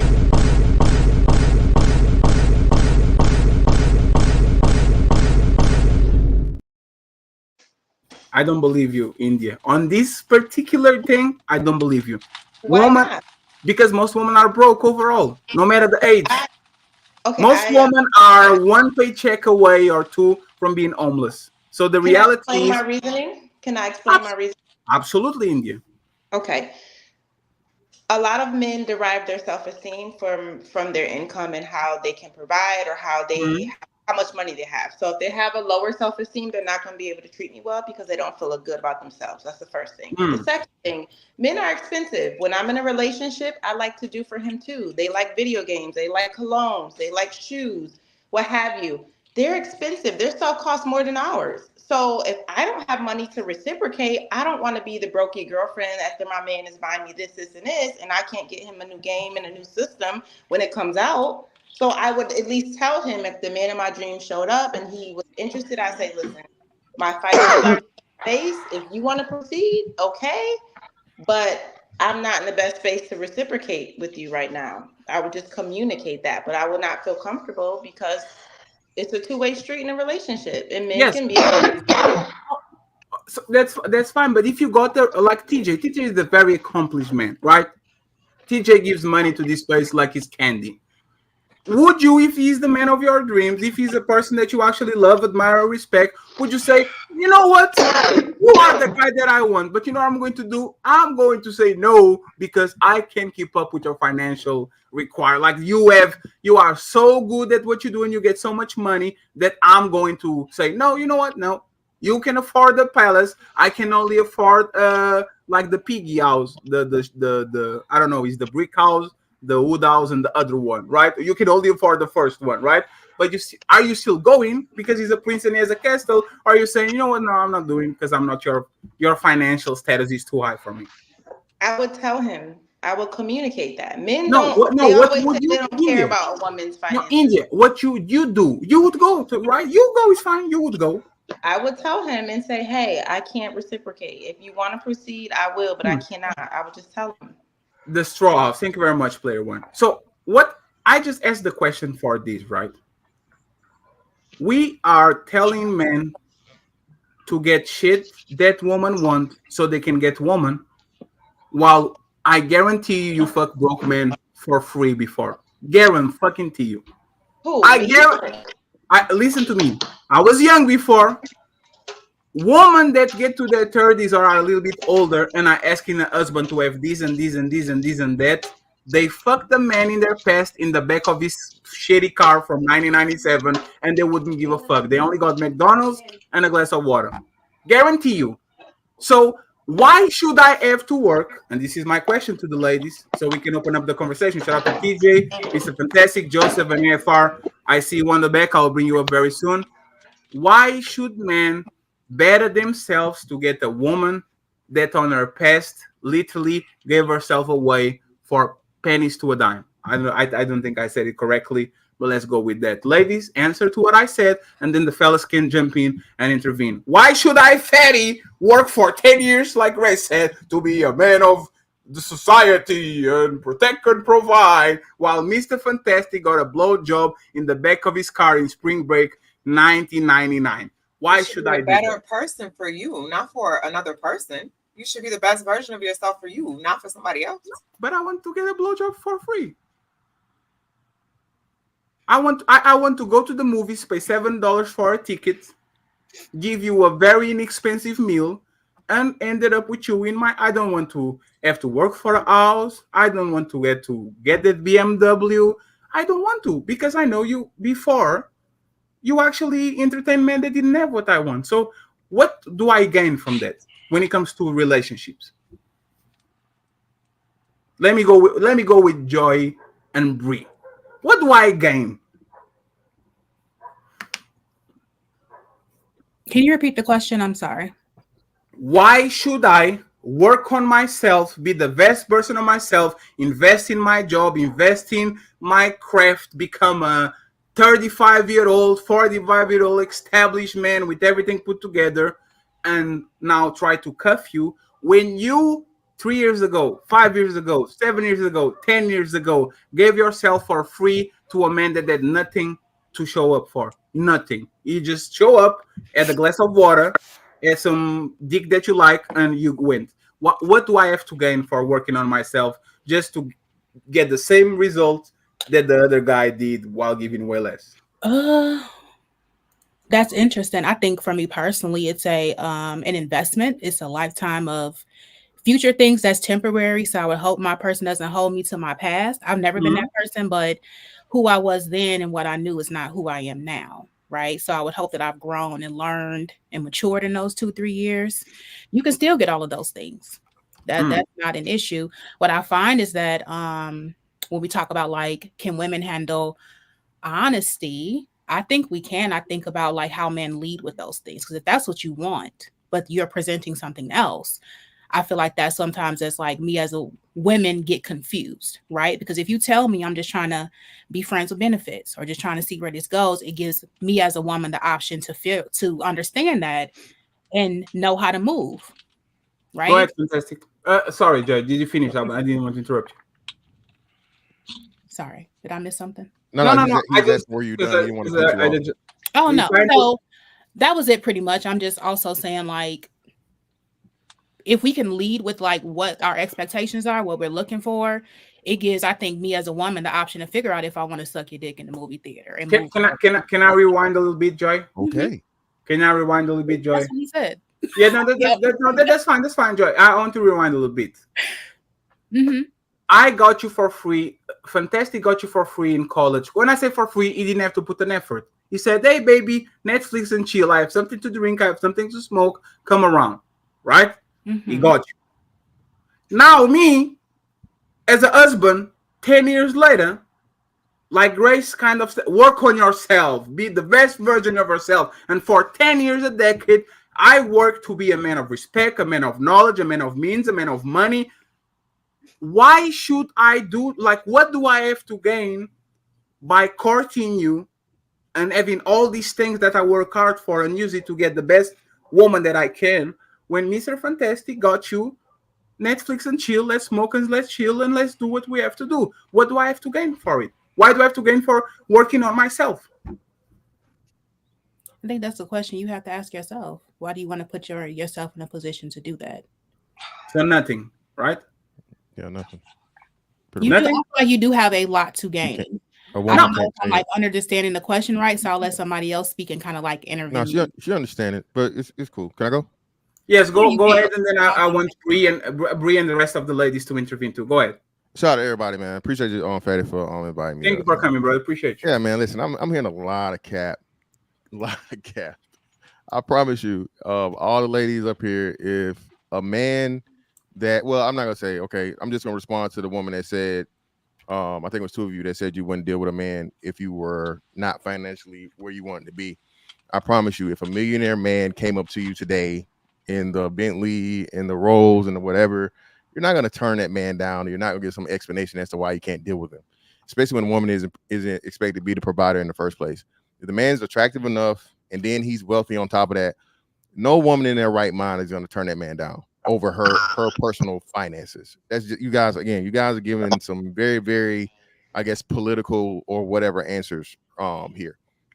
To the other part of it, to where the men need to work on themselves. Men always work on themselves irregardless. The fact of the matter is, though, is that everybody's not going to be highly successful. That's men and women. So it's crazy as to how the man is always expected to get better, which everyone should want to get better. No one should be complacent, but there's always going to be a McDonald's, right? Until automation takes over, there's always going to be people that work there, right?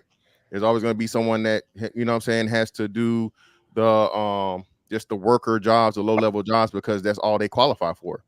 And a lot of what's happening is every man is now required to be, you know, Superman or, you know, Warren Buffett Jr. or Elon Musk or, you know, just someone that's highly successful, when it's just unrealistic. And like Fatty was saying, women don't ever self-assess. Women make less money than men. Women are more impoverished than men. Women are more selfish than men. Women are more difficult to be in a relationship than men. So it's just crazy as again to where, you know, and, you know, candid too. It's kind of funny, you know, it's a nice little light conversation. But the women never ever see what the women do in a situation. Men are constantly judged on both sides. If you're a broke ass man, a man and a woman would say, shut up with your broke ass. You know what I'm saying? But no one tells a broke woman she's broke. And the broke woman gets to shout from the mountaintops that even when the rich man is, well, not rich man, but the man that's, you know, settled, she gets to tell the broke woman gets to tell the man making 100K that 100K ain't no money. So that's just the thing of, I guess, you know, the dynamics that we go through of this whole, you know, dating, mating, and the current scene between men and women. Anyone wants to answer the question, what do a man get for working himself into a position to get a woman that gave herself for free or for way less year after year after year? Anybody has any? I'll say something, Fatty. First of Go all, ahead, when Grace. I answered your question, not one time did I bring up finances. It was all about staying on your purpose, being a productive citizen of this society. You know, a lot of men have nieces and nephews. You want to be a role model for your family member. It had nothing to do.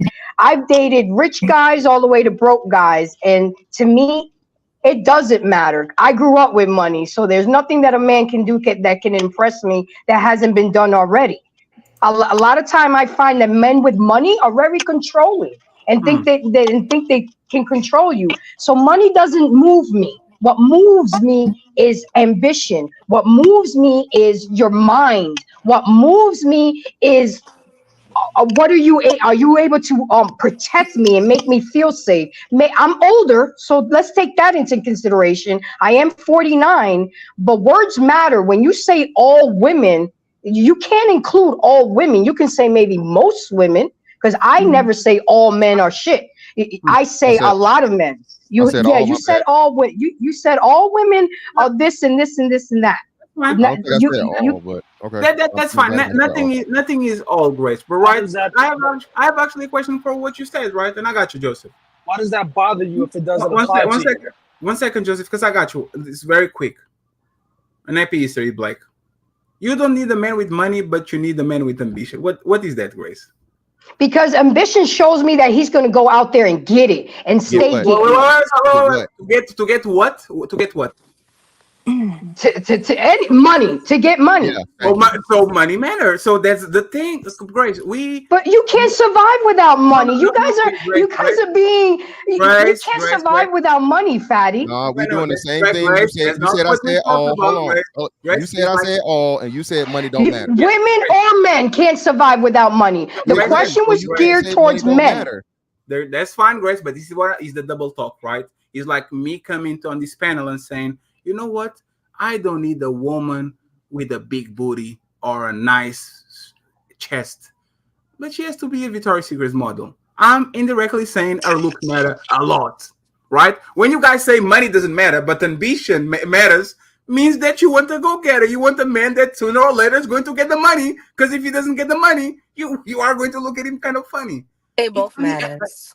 What did you say? It all matters, guys. It all matters. We agree. We agree, but it matters. It's just not the root, like the substance. Even when we talk about rich in what way? Is it rich financially or is it rich spiritually? The only thing people refer to is rich. Yes, rich money. Rich money. Rich money. Okay. Yes. Randy, can I ask a question? Go ahead. And I want TJ and Joseph to get involved. Joseph was waiting for a second, so ask a question. Joseph, get it, and then everybody can open up the panel. Can you go one by one and say yes or no to the statement of nice guys finish last? Oh, there's my next show. Fantastic. You're trying to Joy. Nice guys finish last. Yes or no? No. Bree, nice guys finish last. Yes or no? Nice guys finish last. Yes. Yes or no? I'm gonna say yes. Destiny, nice guys finish last. Yes or no? No. What about you, Scarlett? No. What about you, Grace? Yes. India? No. Go ahead, Fantastic. Oh, yeah. So again, man, it's just crazy that statement exists for a reason, right? And like going back to what Grace was saying, you know, it's not about the money, but it is about the money. And then you guys encompass it to say, well, it's everything. Well, again, what person is everything? All right, or you're going to have a situation where people are constantly working on themselves. The person you meet on day 1 is not the same person you meet on day 10, year 5, or year 20. So it's just, again, this thing as to where you guys give, I guess, the right answer when you know what the truth really is. You know what I'm saying? And if we get to in a deeper part of the conversation, eventually it'll have to come out. But yeah, man, again, I don't know. It's everybody else can just get in. It is what it is. I'll come back. Joseph, go ahead and ask the question. TJ, if you can join the conversation too, I would appreciate it. Then I ask the ladies the main event question, and we. I've always was curious to find out why women talk the way that they do. You know, there's a quote that I had read said that, you know, a woman is clear about 3 things in her life, and they're all contradictory. See, if Mr. Fantastic said all women, right? So to the older lady up top, she claims that she's not like that. So why does that bother you if you're not like that? What he said. I never said that it bothered me. I never said that it bothered me. I just pointed it out. Obviously, because words matter. Because you explained why you wouldn't be characterized or, you know, in that same group of women. The problem is that what a lot of these women don't understand is self-awareness. You know what I'm saying? Men have went above and beyond to give y'all self-awareness, to let y'all know that y'all ain't shit. But the problem is that the good girls are attaching themselves to the bad girls. So the thing is, men can't tell the difference anymore. And they have the nerve to call us insecure. Men are pretty much stringent on who they are and who they're going to be.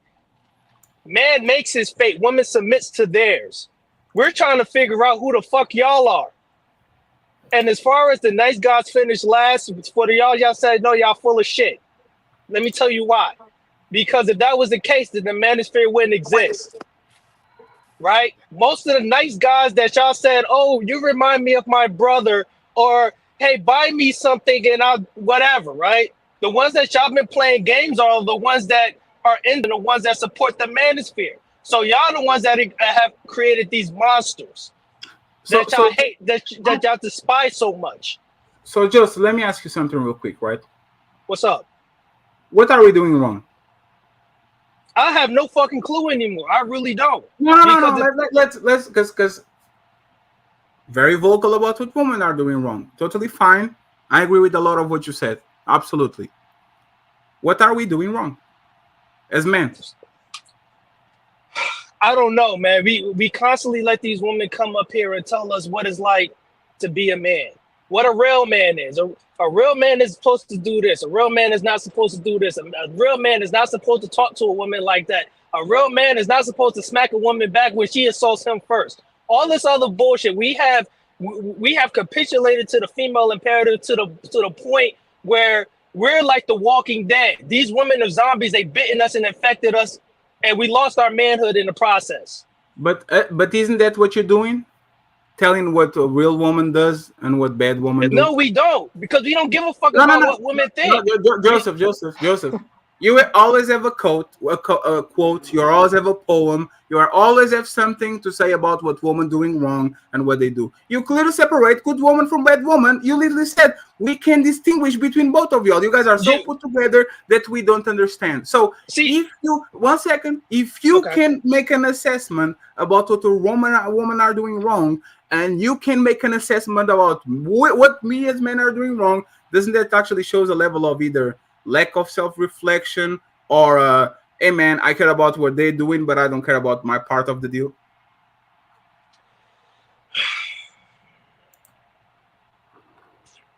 Well, so I don't really understand the question. That was kind of like an open-ended question. The question kind of shorten it up a little bit. The question is, if you can assess what women are doing wrong, but you can assess what men are doing wrong, doesn't that show a lack of self-reflection, a lack of you only like what you saw, accountability? If we can point out they are doing this wrong, and I can say thousands of things, they are dressing like hoes, they are hanging out with hoes, they are drinking, they are smoking, they are going around having the fun of their life and then trying to get the retirement plan when they get to 30. I can say a bunch of things. And I can say a bunch of things about men too and what we are doing wrong.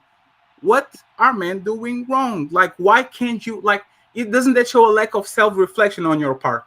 Yes, it does show a lack of self-awareness. And I have pointed this out. The men are not absolved in this fracas. I constantly said that the reason why women keep getting away with bullshit like this is because of simp culture and because of men not being around other men, putting them on game and pulling their coat when they telling them that, yo, y'all, you doing too much. You know what I'm saying? You're doing too much as a man. You know what I'm saying? Hold your frame. Because the thing is, women are like bees and dogs. You know how bees and dogs can smell fear, right? They can smell when a man is insecure. They can smell when a man is not confident. Me personally, even if I'm not doing well, I carry myself like I am. You know what I'm saying? I walk in the room like I fucking own it. So in front of 300 people, shout out to the 300 people watching, please like the video. The question was, can women handle the truth? No, I'm not going to say my answer for now. I want to ask you, can men handle the truth? If a woman comes to you and says, you know what, Joseph, I'm 29, I accomplished, I know my wrongs, I self-reflected, America First Rifleman, don't you ever grow that motherfucking shitty mustache that you have, bro. You have a regular face. So I don't understand why you do that to us. Just as a clap for you. So appreciate you. Well, it's coming back. Can you hear me? Yes, I can. Perfectly. It's coming back. So okay, I don't do it. So going back to what I was saying, right? Oh damn, India is okay. I also want to make another point too before before I get on.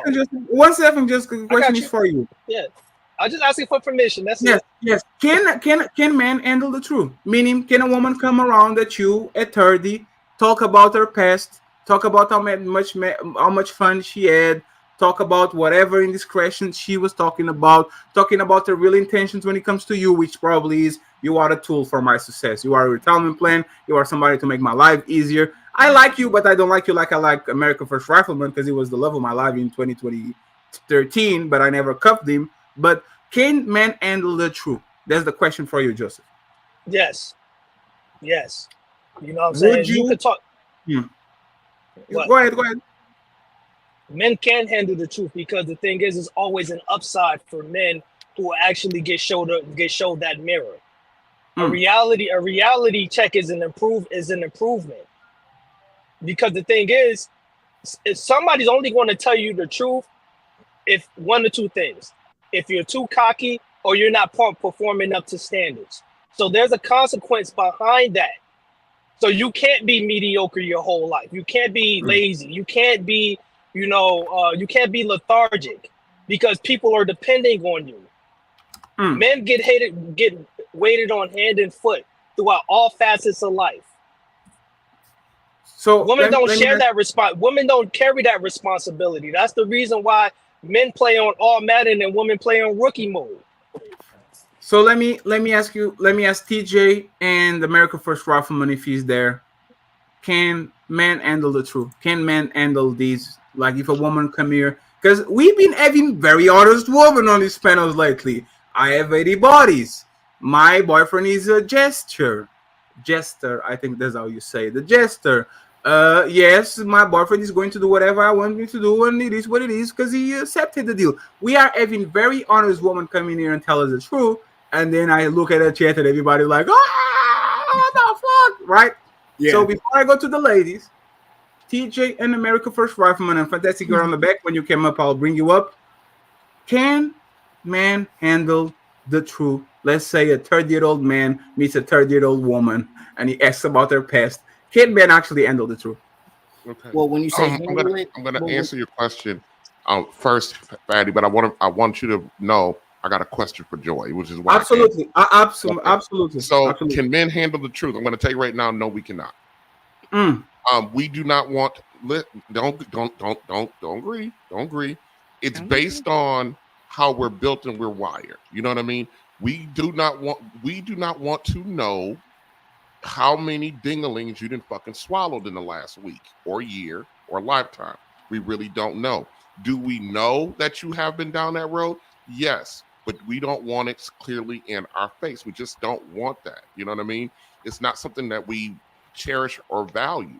But given the fact, what I tell guys today is you have to assume, which is a fair assumption, you have to assume that when you're out here in the market today, you gotta assume your woman is a hoe. She might not view herself that way, but if she didn't had, 8-10 men in the last fucking year, your woman's a hoe. She's a hoe. She might not think she's a hoe, but she's a hoe.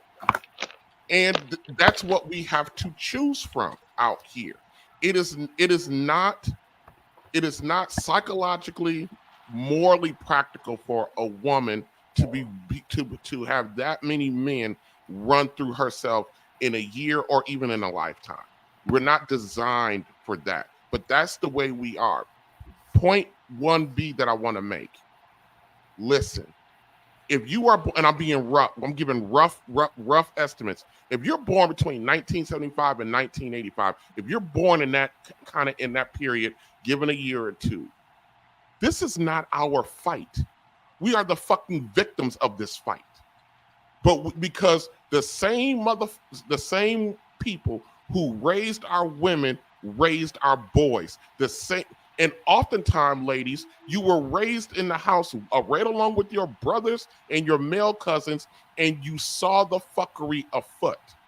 We are out here engaging in a war with each other when the war isn't with each other, which is crazy, because we are the byproducts of the woke culture, the feminist movement, the single, the entitlement programs, the war on drugs.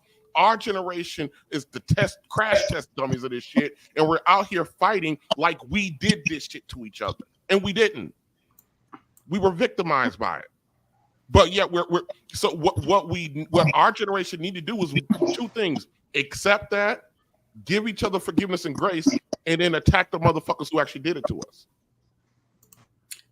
Which is our parents, and in some cases, our grandparents. What was the question? Oh, America First Rifleman. Go ahead and then ask the question that you had for Joy. Okay, TJ. Oh, okay. Go ahead, AFR. Okay. Can men handle the truth? Yeah. When you say handle it, you mean they'll just be like, okay, that's fine or whatever? Or No. For example, woman. When I say woman can handle the truth, meaning yes, I'm going to cheat on you.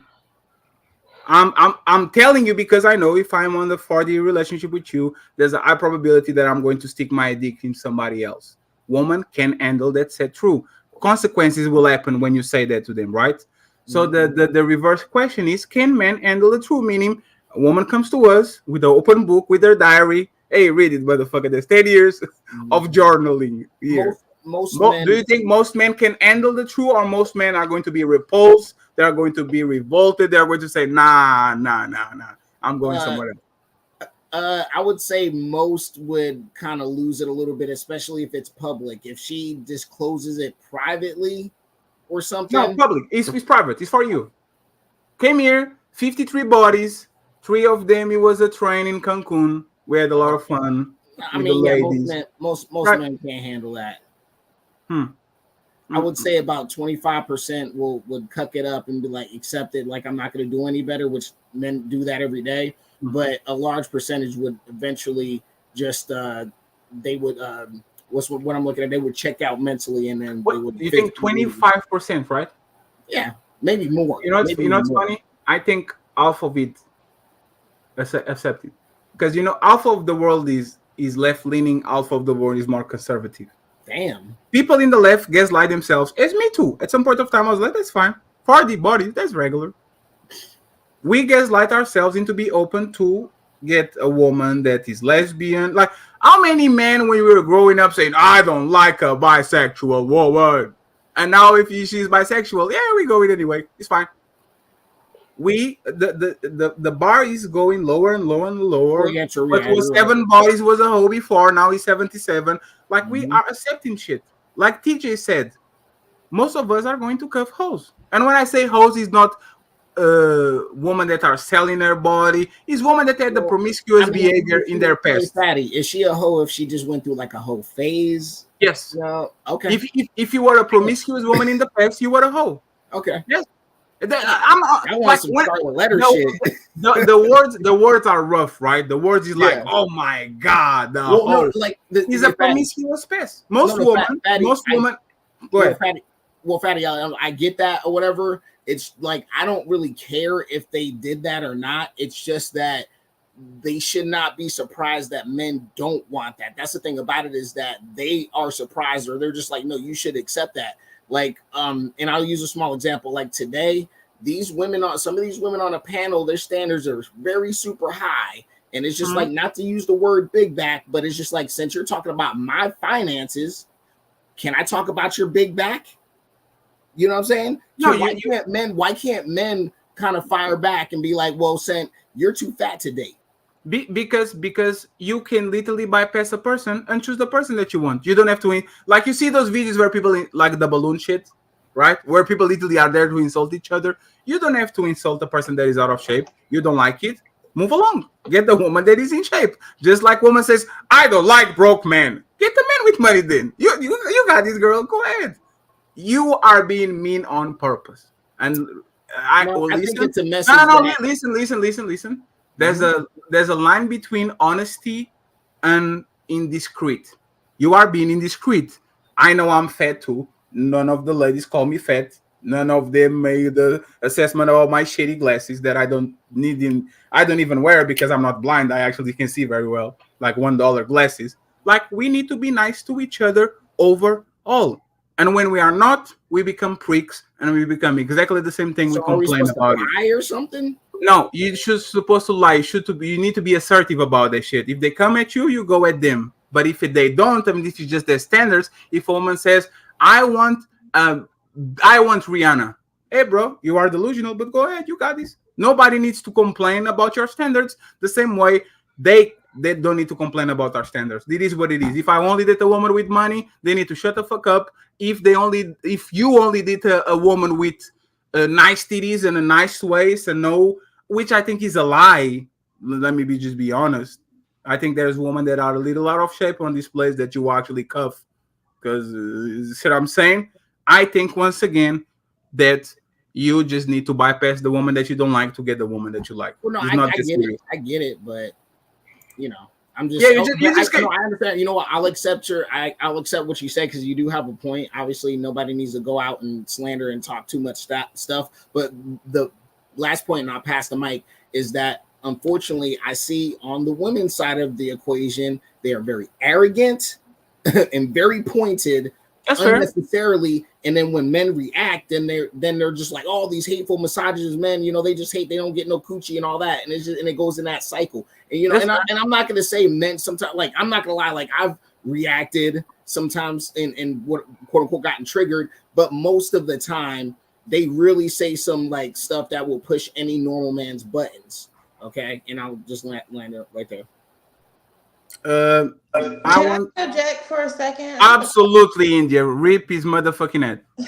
No, it's not about him. I just want to know, like, is there this scarcity mindset that people are operating in? Because we have these conversations, and it's as if what you want doesn't exist. If you want a fit woman, you can get a fit woman. There are plenty of fit women walking around this earth. Just like, and I live in Atlanta, so maybe my thought process is skewed. But there are plenty of men who have some money. So I don't feel as if wanting someone to be financially sound, not rich, but financially sound, and or wanting a woman. What's money to you, though? That's relative. One second, AFR. I have a little question, DJ and AFR. I'll let you go. India. So why do women complain about broke men? There was AFR point. I think it's fair for both. If AFR wants a fat woman, why you keep looking at fat? Well, you want an in-shape woman, why you keep talking shit about fat woman? If you want a man that is financially stable, why do you keep over and over talk shit about broke men? Why are they a topic of conversation? They should be under you. You shouldn't be even talking to them. We don't acknowledge ants. They're ants. They're just walking around doing their shit, right? So why do women specifically have a tremendous amount of vitriol to the broke man? You are an incel. You get no pussy. You are a virgin. You live on your mama house. You are short. Why are you talking about these men that you don't like? Why not talking actually about the men that you do? Well, I agree with you. Actually, I don't disagree at all. I personally don't talk about broke men because I haven't really encountered a whole bunch of them. Secondly, the ones that do are probably just tired that men have these standards about why they won't take to simple things like Cheesecake Factory. There are a lot of men who don't deem a woman worthy of simple dates. And that is where a lot of this kind of conversation comes from. It's less about brokenness and more about effort. Can you answer AFR question before TJ asks the question to Joy? What is financially, did you say stable? Financially sound. Yeah, how much is that? For you? How much is that? How much money is that per year? It's on not your a area? number. Yes, It's not a number. It's not a number? It has to be a For number. me, it's not a number. No, So it's So you don't want a certain lifestyle that it comes with the man? Can he just be a own body that doesn't spend money? He is a penny pincher. He gets his money, he buys his PlayStation subscription, he pays his water bill. No debt. Yes, no debt, no nothing, but he's not a spender. $25,000 a year. Yes. How much money? I didn't hear what you said. Fantastic. He said $45,000 a year. Would that be okay? I said 25. $25,000 a year. No debt. debt, house bought. Would that be okay? For me to date? Yeah. Yes. Just say no.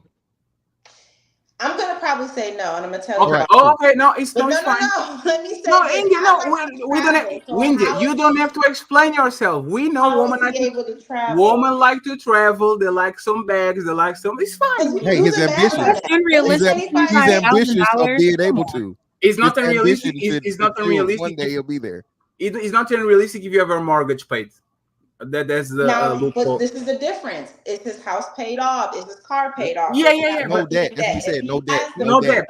No debt. So, well, then maybe it's different. Then maybe we can work with something. India, can we be India? India? You had it right the first It time. still seems kind of low, though. I don't It know. is No, that's fine. So India, you already established that is low. Now we just have to figure out the number. Let's be oriented. Like look at it like a job, right? I won't do a job for $50,000. You women do that all the time. I won't do a job for $100,000. I need a certain type of money for me to get certain job. Let's do it for a man. What is a bare minimum that you accept to engage in a relationship with a man? Let's assume that he's a regular man. He's not like excels in everything. He's a irregular man. What is the money amount that you will put on him for you to consider him seriously, father of your kids, go like all of that? I'm not gonna lie. I need a pen and paper. I'll have to figure this financially Okay, out. so we are. Hey, you need a pen and paper. I'll I let need you go. to think about the mortgage and the car payment and the student loan. And That's all totally fine. You know what's funny? Student loan. He got to pay no student loan. Maybe he don't have student debt. I don't know. Daycare. Am I No, gonna stay at do you home? have Like, student those loans? are thoughts to think about. No, do you have student loans? Do I have student loans? Yes. Do you want him to pay your student loans? No. Do you want him to contribute to that at least, like to make your life easier so he can help you with that? The only thing I expect my partner to contribute to would be household items. He doesn't have to pay my student So he loans. doesn't have to pay the trips, like you go to Paris, you're not split like at least half of it? He can, but he can, yeah. But I'm not expecting him to pay all of them. If it's his birthday, I might pay. No, India. What you want? India. Look at me. I want a big booty. No negotiable. Okay. I don't care how much shaming you do. I don't care how fatty that's very superficial. I want that shit. It's fine.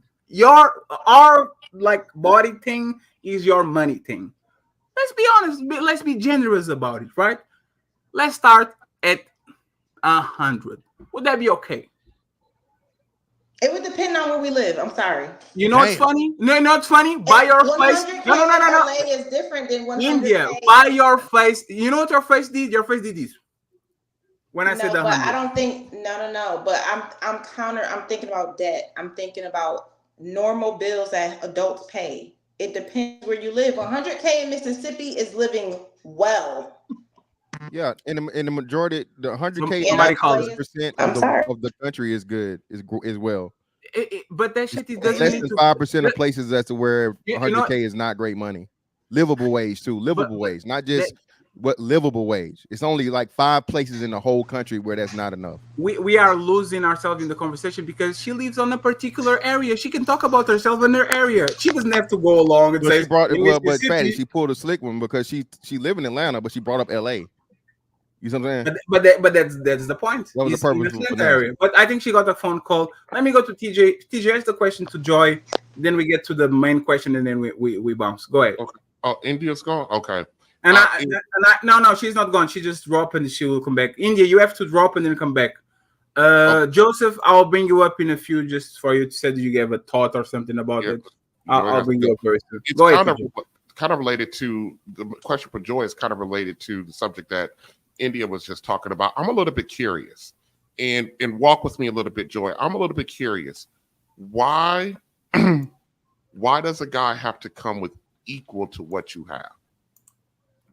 Why is that a requirement for him, for you, or for any woman? Because we hear that a lot. Guy has to have at least equal, and I want to know why. I think that it's important because at this moment I can provide for my own, right? On my own, in my own, what I want to say, independence, right? So when I say equal, it's a matter of place to stay, right? A car, things like that, right? And so if we can come equal, then we can kind of build on top of those things. If I don't have a car, you don't date me? Not necessarily. I don't have a car, for example. It just makes, if we're talking about building and moving forward in things, it makes things a little bit more easier to build upon and to move forward, right? And so if I'm thinking about, for instance, us dating, and if I have an apartment, right, and I do a home, right, I don't always want us to have to chill at my house, right? It'd be nice to be able to chill at yours or have that what I want to say, reciprocity, right? If we're going out on dates, I would like, or the expectation, or what I would like is for my partner to be able to maybe pick me up for dates. Not saying that always has to be the case, that we always have to use my things, but I think it's about setting that good foundation. That doesn't sound that doesn't sound like a reciprocity. You want the man to kind of lead. Well, I mean, in some instances. So for example, pay the dates. For the most part, would you like more men to do it or you to do it?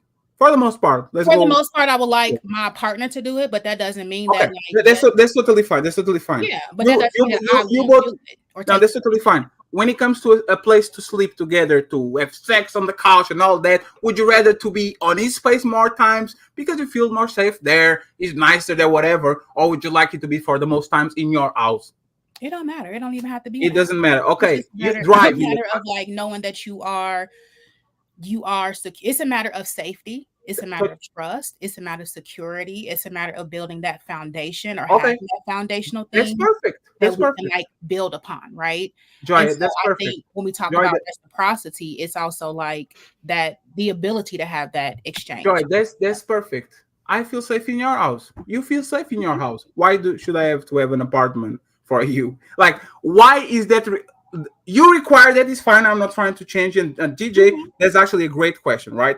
Yeah, but I wasn't done. But go ahead. Yeah, I got you, Jay. It's just one more thing.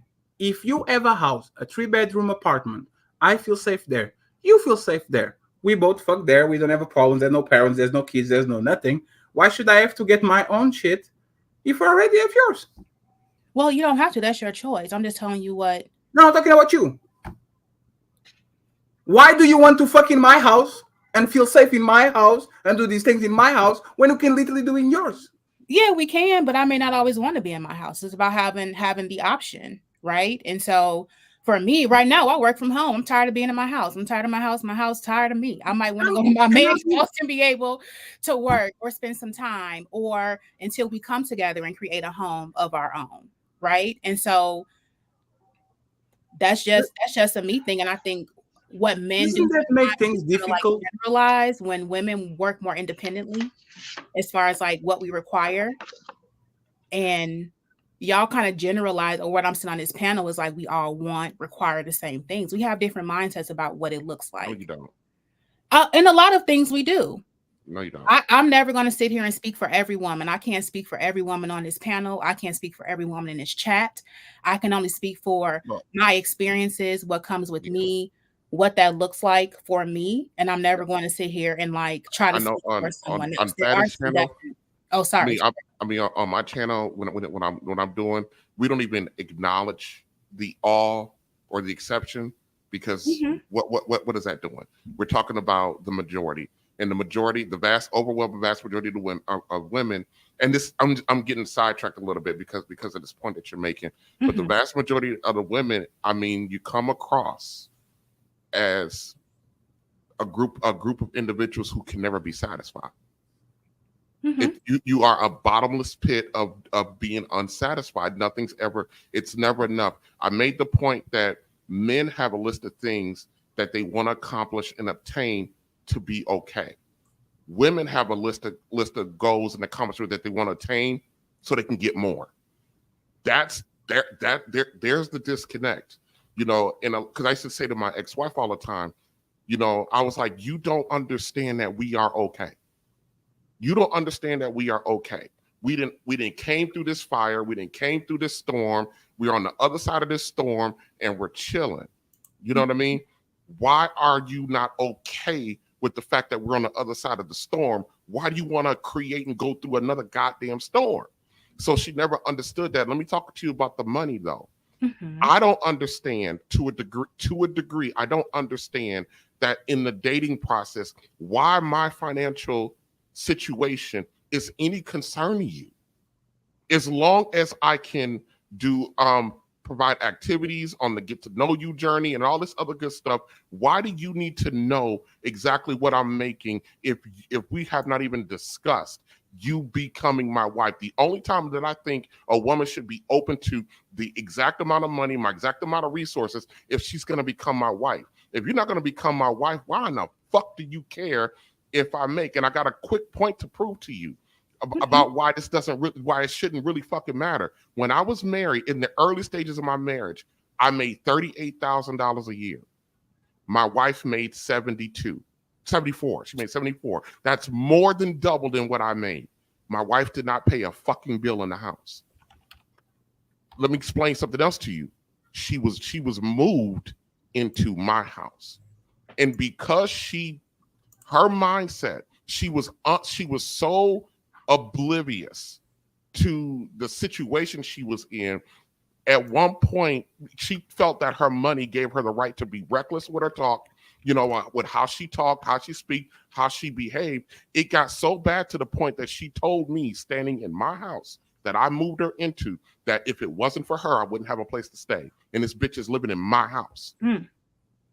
But I'm just telling you how fucking messed up your mind is at, that a $38,000 a year man is providing you a comfortable way. Now, is it luxury? No, but it ain't squalor either. You know what I mean? I agree with you in that. And I know that's I know that's just that woman, but I'm talking about the mindset that we have a very mismatched understanding of what financial responsibility is. I'm not financially responsible for you until you become my wife. So the fact of the matter that I need to be that you need to be so concerned about the dollar amount and not concerned about my character, my fitness for you, and my ability to cover you. If you're talking about from a biblical perspective, if you're not, the fact that you're not concerned about that, to me, that's telling as a man as to why a lot of black men don't move our women past the fucking in dating stages. We don't, because we're not getting married.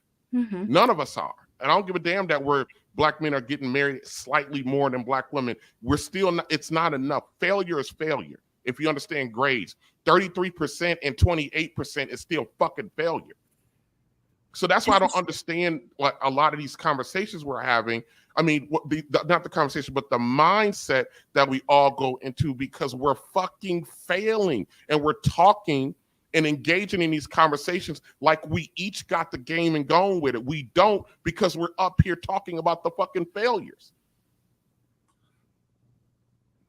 I agree. I would say I agree with you on that. And we talk about financial responsibility, right?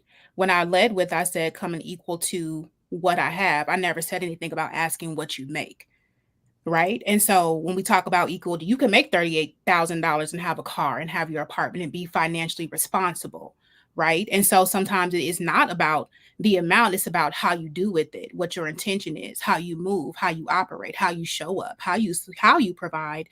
And I do agree, a lot of women do lead with money. They do lead with money. A lot of women out here are asking. I know I got brothers and cousins, like it's people in my DM, you know, asking for cash apps and what you can do for me. And I agree, women also have to be able to do their part.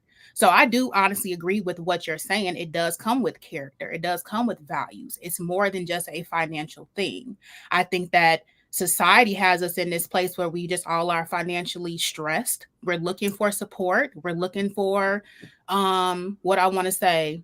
Some of us are looking for a come up. A retirement.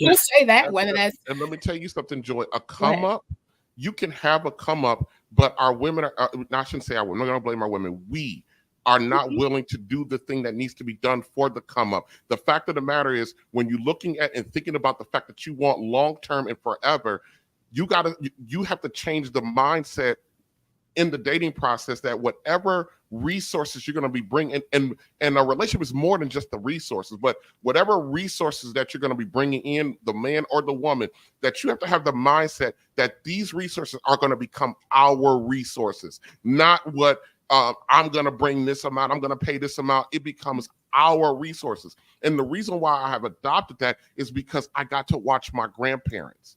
And the fact of the matter is, when they went to because they operated in the our resource perspective, meaning the one pot rule, it took away who's bringing in what. It's just the fucking household resources. And our women, because right now you guys are accustomed to absolute control over your narrative because you're living and breathing by yourself. And so you are in control of all of that, but you're unwilling to relinquish a lot of that. You know what I mean? And so, which also feeds. But like I said earlier, we're like this because we've both been victimized by the people who actually started this shit. So you know, that's why our mindset is very individualized. Because go ahead. I totally disagree with you. 100%. I'm sorry. You guys talk about, like, I'm in Portugal. I talk about, like, look at the gypsies in my, like, they like each other. They have nothing. The Mexicans do the same shit. The Vietnamese, the Asians, everybody. The thing is luxury. This is why Instagram is dangerous. It's not just because of just the woman and the man and the options. Is you are miserable because motherfucking Mr. Fantastic goes to Dubai and now your national trip to Denver now is a shitty trip because you're comparing yourself with him. Like, the problem is simple. Women want luxury. They went from survival. I will date the butcher. We'll be okay with that. We're going to go to work. It's going to be fine. We're going to raise these kids. They get outside of our house. And for the 45-year-old until we die, the kids are outside of the house and we do whatever the fuck we want. It is what it is. Women don't have the patience for you to pay your mortgage for 20 years or 30 years. They don't have the patience to be on a situation where I'm going to sit here and wait for 15 years for you to get that promotion in a job that's going to make me a stay-at-home mom. They have nothing, none of that. So what is happening here is this expectations. Expectations are totally fucked up. I shouldn't look at the woman. Actually, more than money. Hey, are you debt-free? I take you. I don't care. You have $0 in your account. As long as you have no debt to pay, come with me. I got you. And once you actually get the money, now I help you pay the bills. Aaron says this so many times. You pay all the bills. Wouldn't that be awesome to have a 45,000 man paying half of your shit so you can keep half of your money? Motherfucker fucks you. He disciplines the kids. He takes the trash out. He's there to talk with you. He's there to mow the lawn. Like, isn't that a shit? Isn't that a bad deal that you get somebody that does all these things for you for free while he still actually makes you save half of your money? Yeah. Women are not having it. They're not having it. My thing is, Fatty, is if the impatience that we have, whatever, look at what it's producing. We all said every time we want long term. But none of us are getting long term because of the way we think and the way we move. And I don't believe, me personally, I no longer believe in the 50-50 because I know it doesn't work. It doesn't work at all. when you decide, we're talking about long term, which is talking about marriage. When you're talking about a marriage, a 50-50 don't work. What is your percentage, CJ? What is the percentage that you think is optimal for a relationship? What do you mean by percentage? Percentage of what? 50-50 doesn't work. Give me another one. 100-0, 70-30, 80-20. Like what works? It's a one pot. When you decide to marry, the financial resources do not belong to the individual anymore. No, I got you. Yes. But one pot, it can be $1 million and $10, right? Exactly. And it doesn't matter. It doesn't matter who's bringing in what. If you have that mindset that once you marry, it does not matter who's bringing in what. TJ, you literally said that the woman was actually acting entitled, proud, stepping on you because she made more money than you. Like, listen to this. Right.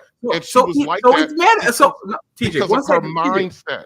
No, TJ, I got you. TJ, I got you. This is the thing about, and I'll pass you the microphone.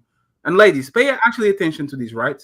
This is why I think both women and men can handle the truth at all. We know for a fact that it's going to be a level of vitriol, resentment, and arrogance if a woman makes way more money than you. Like, you know, when you piece outside of, like, you didn't put the shit all you didn't. Why are you leaving your clothes? And if the man makes $500,000 and she makes $100,000, she will tolerate that shit, kind of. If the man makes $30,000, they make $60,000. Every fucking sock that you leave out of place is a giant discussion because she feels entitled to that shit. I am the man here. I am the biggest. I make more money. You need to do the shit. So, TJ, it matters. I'm not saying it doesn't matter. I'm not saying it does not matter. I know it matters now, but what I'm talking about is our collective mindset. When you decide to become one, if you don't surrender to each other, if you don't give up the individualistic aspect of life, then you're going to be in these dynamics. You're going to have and let's be real, most women do not out-earn their men. That's a rarity. But in the event that that's the case, if she is marrying a man that she out-earns, she knew that going in, and she's supposed to surrender her resources to the benefit of that marriage. And if she decides to misbehave because of that, it's shame on her, not shame on him. She's out of order. And let me tell you something. When she misbehaves in her marriage, her own outcomes and what she produces will fail because she's sabotaging. It is not conducive.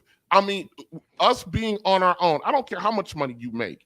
Us being on our own is what's driving stress. You know how stressful it is for me to be in this home and footing that whole entire bill by my goddamn self. If I get sick, if I go down, I got to sit here and worry about, I got to make sure that there's 6 months, 8 months of reserve by myself. The same thing for a woman. But guess what a woman comes with? She comes with extra stress because most of the time she got the fucking kids. And I'm saying to our women is, why in the world are you choosing this? You're choosing that over pride. It's pride. I don't want to do this. And then our women use this word partner. Let me tell you something. A partner is a downgrade from a wife. You want to be a partner? I treat you like a fucking partner. My wife. What does that that's mean? the motherfucker I die for. My partner. I'm that. Me and Fatty can be partners in something. I ain't dying for fucking Fatty. But let me hop off. But one thing I just want to say to everybody is I really had fun today, and I want to say a couple things with TJ. I agree, it's the mindset. I think everybody is healing through their own individualized shit and bringing it into relationships, and that kind of goes back to what Grace said earlier about like doing your own healing before you kind of enter these things. And from what I know, is financial stress is a major stress for anybody, single or in marriage. A majority of divorces end in financial situations, right? And so I think if we talk about this, it's like, how are we also talking about finances before marriage? How are we setting the expectations or having or increasing communication about what this looks like, right?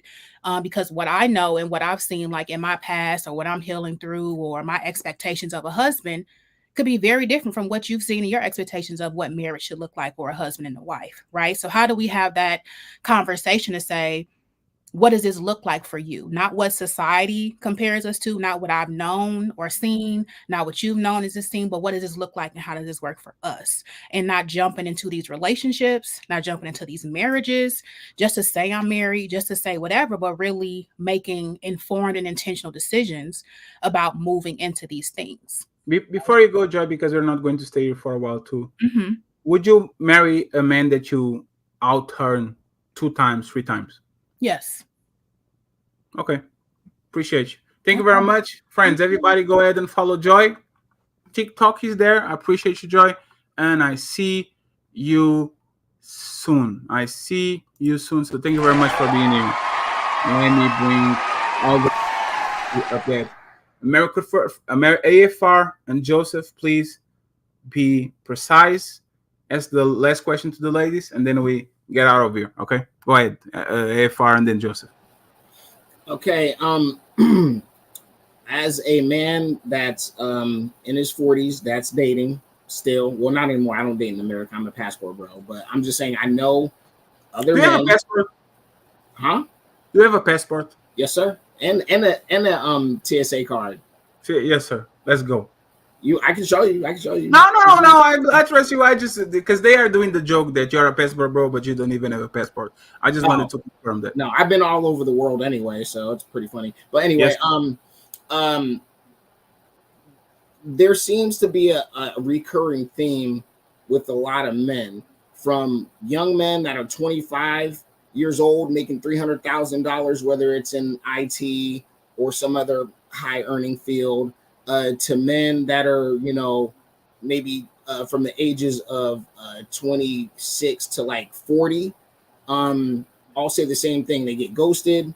They're financially responsible. I can tell you of 3 separate men of varying ages that have good jobs. They're just regular jobs that women probably don't care about, or they're not glamorous sounding, because I've been dumped for not having a glamorous sounding job. Anyway, do you think this is just BS? Like, men are just making this up? Like, and I'm talking about decent men, not non-pookies that just work every day, that make between 45, not 25. I'm talking about 45 and $75,000. Okay, that have their own place, have their own stuff, have low to no debt, maybe have a car payment or something, but they don't have, and whether they have like a roommate or a house by themselves or an apartment, but they have a stable living situation, and they pay all their stuff. They ain't got no record, all that stuff. Do you think these guys are just talking BS that they can't get dates and women are being toxic as hell now? Do you think they're just like making this up, or there's just something, they're just coming up with a gender war or whatever? Like, please tell me what, like, any lady can answer this.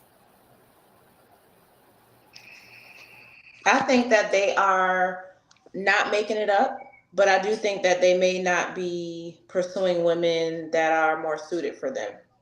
I think that there's a lot of men who are pursuing women, and I had a whole TikTok about this, about like classism.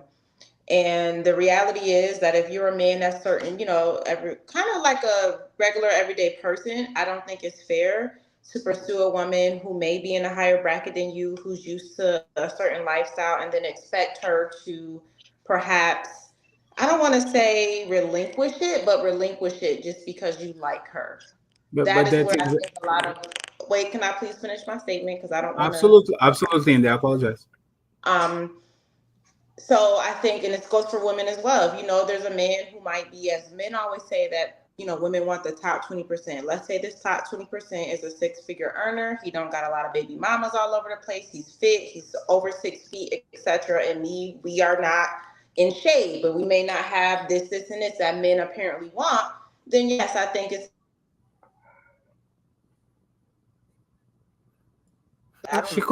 She froze. Somebody called her again or something. Yeah, and she contradicted herself, because she literally said she would date a man on the palace if she had a straw house. I literally asked her, if you were on all the 3 piggies that only have the straw house, and the prince with the palace came to you and he asked you, invite you, that she would take it. So she contradicted herself. Fatty, quick 10-second. What happened to me? I was dating a nurse, and we were both veterans. We both served in Iraq. We just happened that she happened to work in the same hospital as me. I was working as a sterilization technician. making about maybe 35 a year or whatever. This was a few years ago, and she was making upwards 90. You know, nurses make a lot of money. And so we would date. I would pay for most of everything or whatever because I was still, I was like, we get along. We were going together for quite a while, and she got rid of me, and it wasn't because I couldn't provide, or even though she was breaking my one caveat, she did switch up on me because I told her, I was like, look, every night she liked to go out literally every night and eat out. And I'm like, look, I can't spend $70, $80 a night to bring you out. Yes, you are not on their financial level. You can hang up with them. Yeah. And so after that, she just was like, oh, she's going to Thailand to go backpack for a month, on vacation with her friends and stuff. And then she just dumped me right there. And it was really because all her friends, most of their boyfriends or husbands, most of them, they have boyfriends, had college degrees, or he was the director of marketing, or he had some kind of grandiose kind of title and a desk and stuff. I was just a regular worker in the hospital, a technician. And it's your fault. Your situation is two things. First one, she proved the point. They will fuck a man that has nothing. When I say nothing, $30,000, fucking technician, they will fuck him. They will fuck him. They don't ask for. They will fuck him. Women fuck these type of men that they say that they don't attracted to, and they're not financially attracted. They do it all the time. And the second part is you never fucking date a woman that makes way more money than you because she will lose respect for you. She will abuse that shit. It's like a father and a teenager. A teenager is going to buck back. A father is going to tell me what it is. Your teenager is going to buck back if he sees you and looks at you and says, I have more. I'm stronger than you. Why are you fucking talking to me like that, Dad? I can fuck you up. How many men that you know that had to fucking put their foot, put their son on their ass because they thought they were stronger enough? A person that thinks he's better than you, that makes more money than you, is stronger than you, is going to test you. You don't date women that make more money than you because subconsciously they might love you and all that. They will lose respect for you sooner or later. That's why they want the ambitious man, so you can blow past them, and now they look at you and they actually look up to you, and it's a different situation. So your situation shows two things: a man that doesn't understand his financial lane, kind of, and a woman that is willing to give herself physically to a man that has literally is the bottom of the barrel when it comes to money, but then she expects a TJ, a fantastic, a person that is up there to say, you know what, I'm going to be your husband, and now our standard is 100,000, 200,000, whatever that shit is. Real quick, Fatty, I want to piggyback on America. Go ahead, Joseph, and then I gotta go. The lady in the US. Go ahead. Okay, so just a side note, nurses don't make a lot of money. They do when they work themselves to death. So because I know they work themselves to death. That's how they can get 90 or 130, 140 because they'll fucking work 5, 12-hour shifts a week. That's why. So these motherfuckers don't earn what they earn. They just look at the pay. Anyways. Second of all, back to my point of, to Fatty's point, with my wife earning just a little bit more than double than me. So I'm now 10 years past the divorce. You know what I mean? Mm-hmm. She's still at the 70. I'm over 3 times that. She could do it. She didn't have the patience. She didn't have the patience. And let me tell you something. I live at a $50,000 a year rate.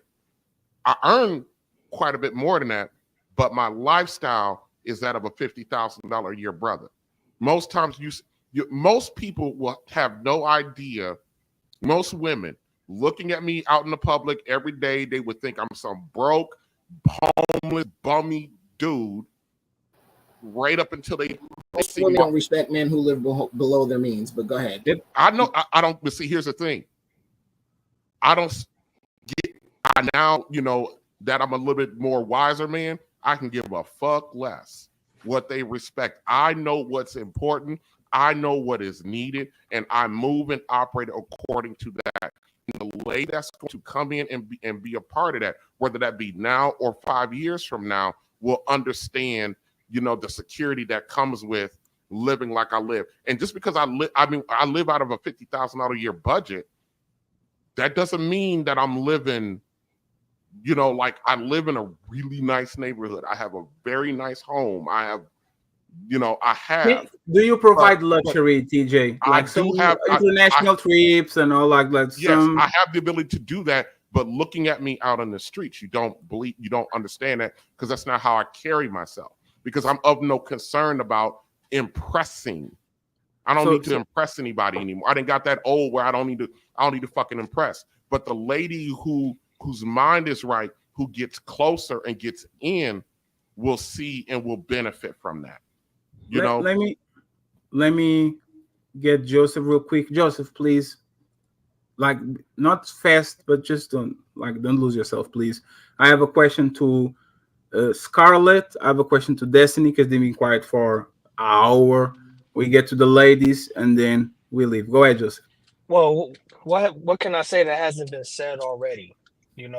Pretty much TJ and AFR, and you have pretty much summed it up. So I'm going to concede my turn, but what I will say is, if you're playing basketball and your defender's playing your left hand because he knows your left hand is weak, so you got to put in the work to make sure that left hand is strong, man, so you can be a better overall player. You know what I'm saying? So that's all, this is what this conversation is all about, telling the truth to be improved, for improvement, because nobody's perfect. We're not expecting women to be perfect. And, women have this idea that men are supposed to be perfect, but as men, we're not expecting our women to be perfect. What you have to do is you have to listen to us, because most of y'all are gluing carrots to your forehead and calling yourself unicorns.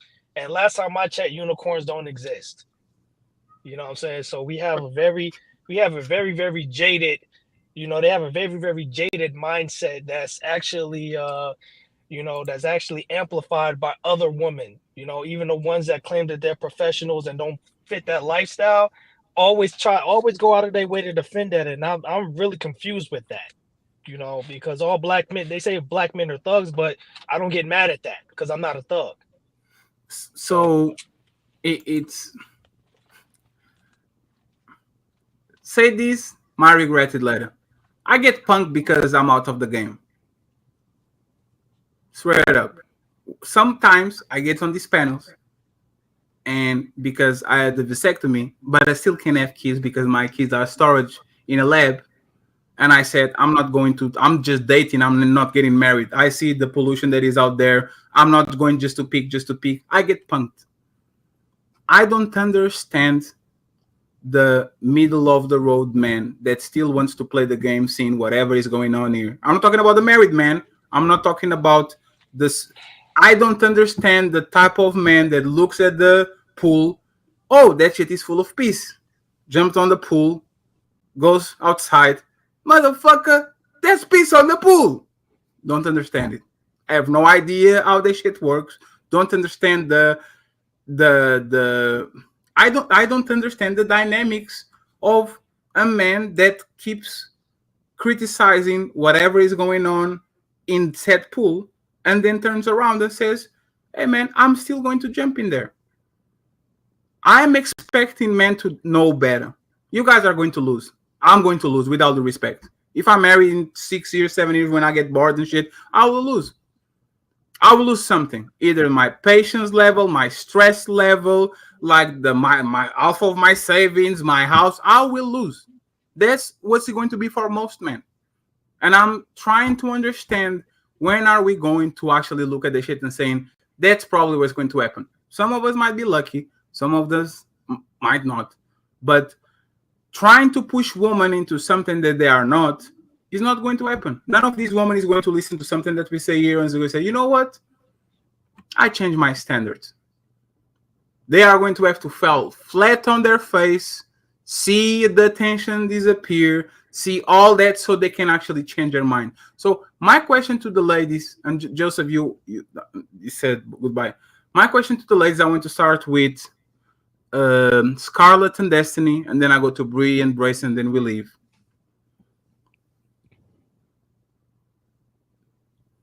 Do y'all think that we are making a dent in your opinions about men?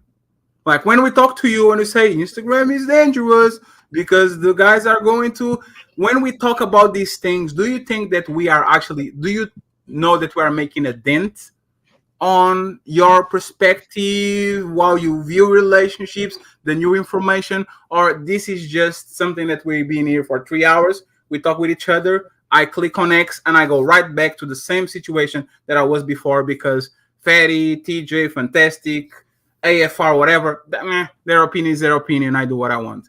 I want to start with Scarlett and Destiny. Then we go to Bree and Grace, do final thoughts and move along.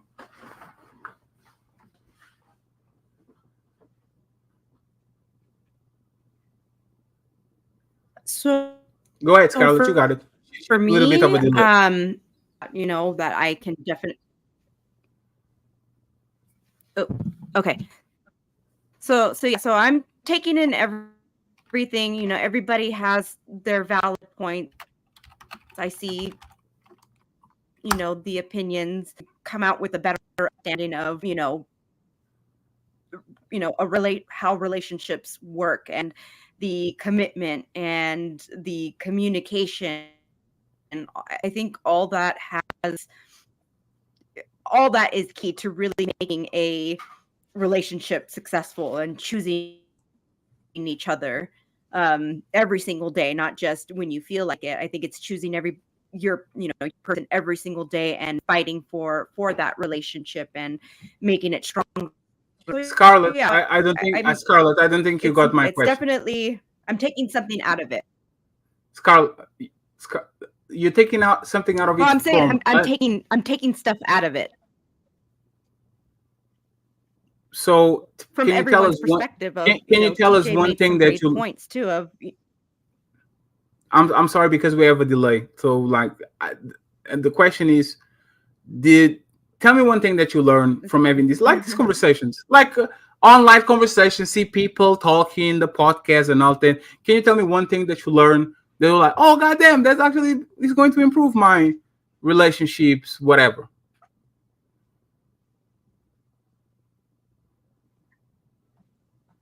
I think for me, it's just really, taking a step back, and especially with the whole social media thing, to to really see that perspective, because there were a lot of people that agreed that social media is death of relationships.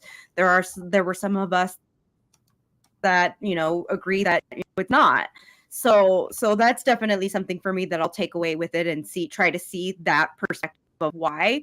I understand why it could be, but also it's been bad for everything. There's always going to be bad apples in any industry situation.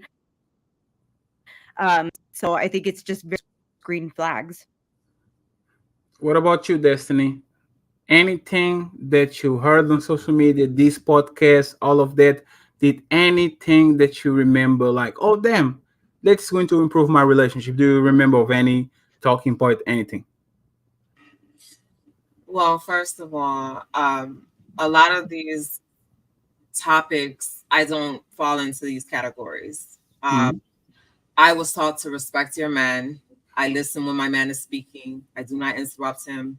I am submissive to him. So a lot of these topics, I'm a 70s baby, so my roots are a little different than what I have witnessed.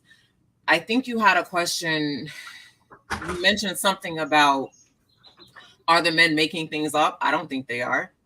I think when I look at social media, I can see how a man would be questionable. You know what I mean? I could see how a man would. A lot of women are loud. There are some women. I could just see how men are struggling. I'll put it like that. I could see how men are I don't know if this is a gold digger, if the woman's only talking about money. So as far as what I took out of it, I think that I appreciate that this platform is available for men to speak up. I think that if we just listen, I agree, embrace, you mentioned that earlier, if we just sit and listen, I think that's how women can really move forward in relationships and finding a husband, finding that connection, because we can't really address the problem if we don't know what it is. And we are not going to know what it is if we're not listening.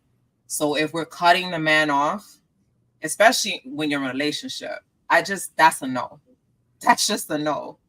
a man, I'm not a man, but my husband is not gonna, like, I respect him.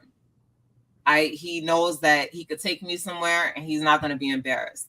He knows that if something doesn't go right in the restaurant, I'm gonna calmly address the situation if need be.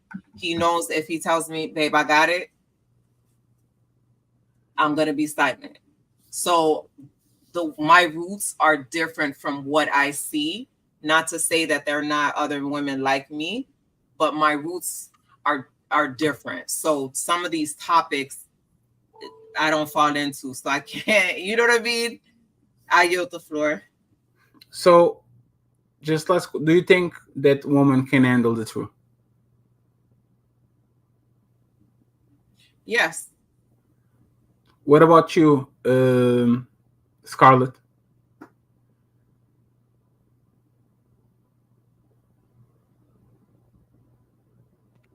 I'm gonna say yes. Women can handle the truth.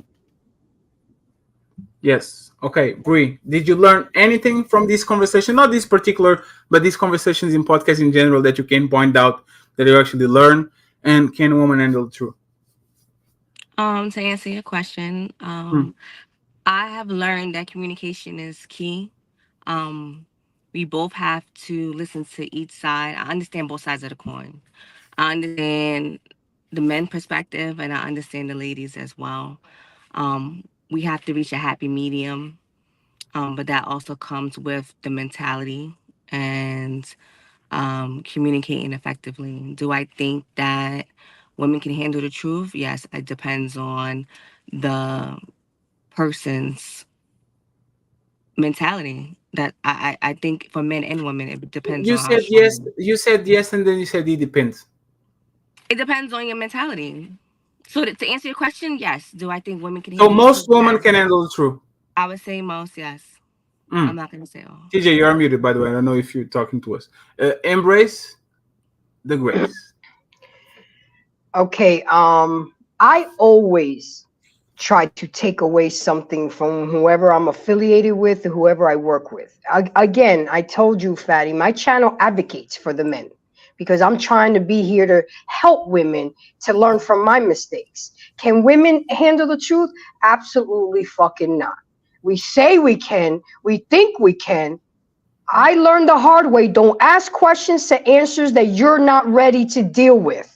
We say we want the truth. We say we want our men to be honest and tell us what they feel and all that. But as soon as they tell us something, as soon as they're vulnerable with us, we bring that shit back to their face in the heat of passion. We'll talk shit about them and we'll dog them out. So no, women cannot handle the truth. Some of us can handle the truth better than others. But at the end of the day, as much as I think I know about men, and I can't handle the truth sometimes, especially if it's somebody I'm into or it's something that is hurtful. So no, Fatty, most women cannot handle the truth. We try as hell to handle the truth, but at the end of the day, we can't. We really can't. And we just have to start accepting that and stop asking questions to answers that we're not ready to hear because we can't handle the answer. And that would be better. And I heard the word a lot, communication today. Communication comes with effective communication and understanding, because you can communicate all day, but you're not understanding what the person is trying to communicate, and you're not effectively communicating with them.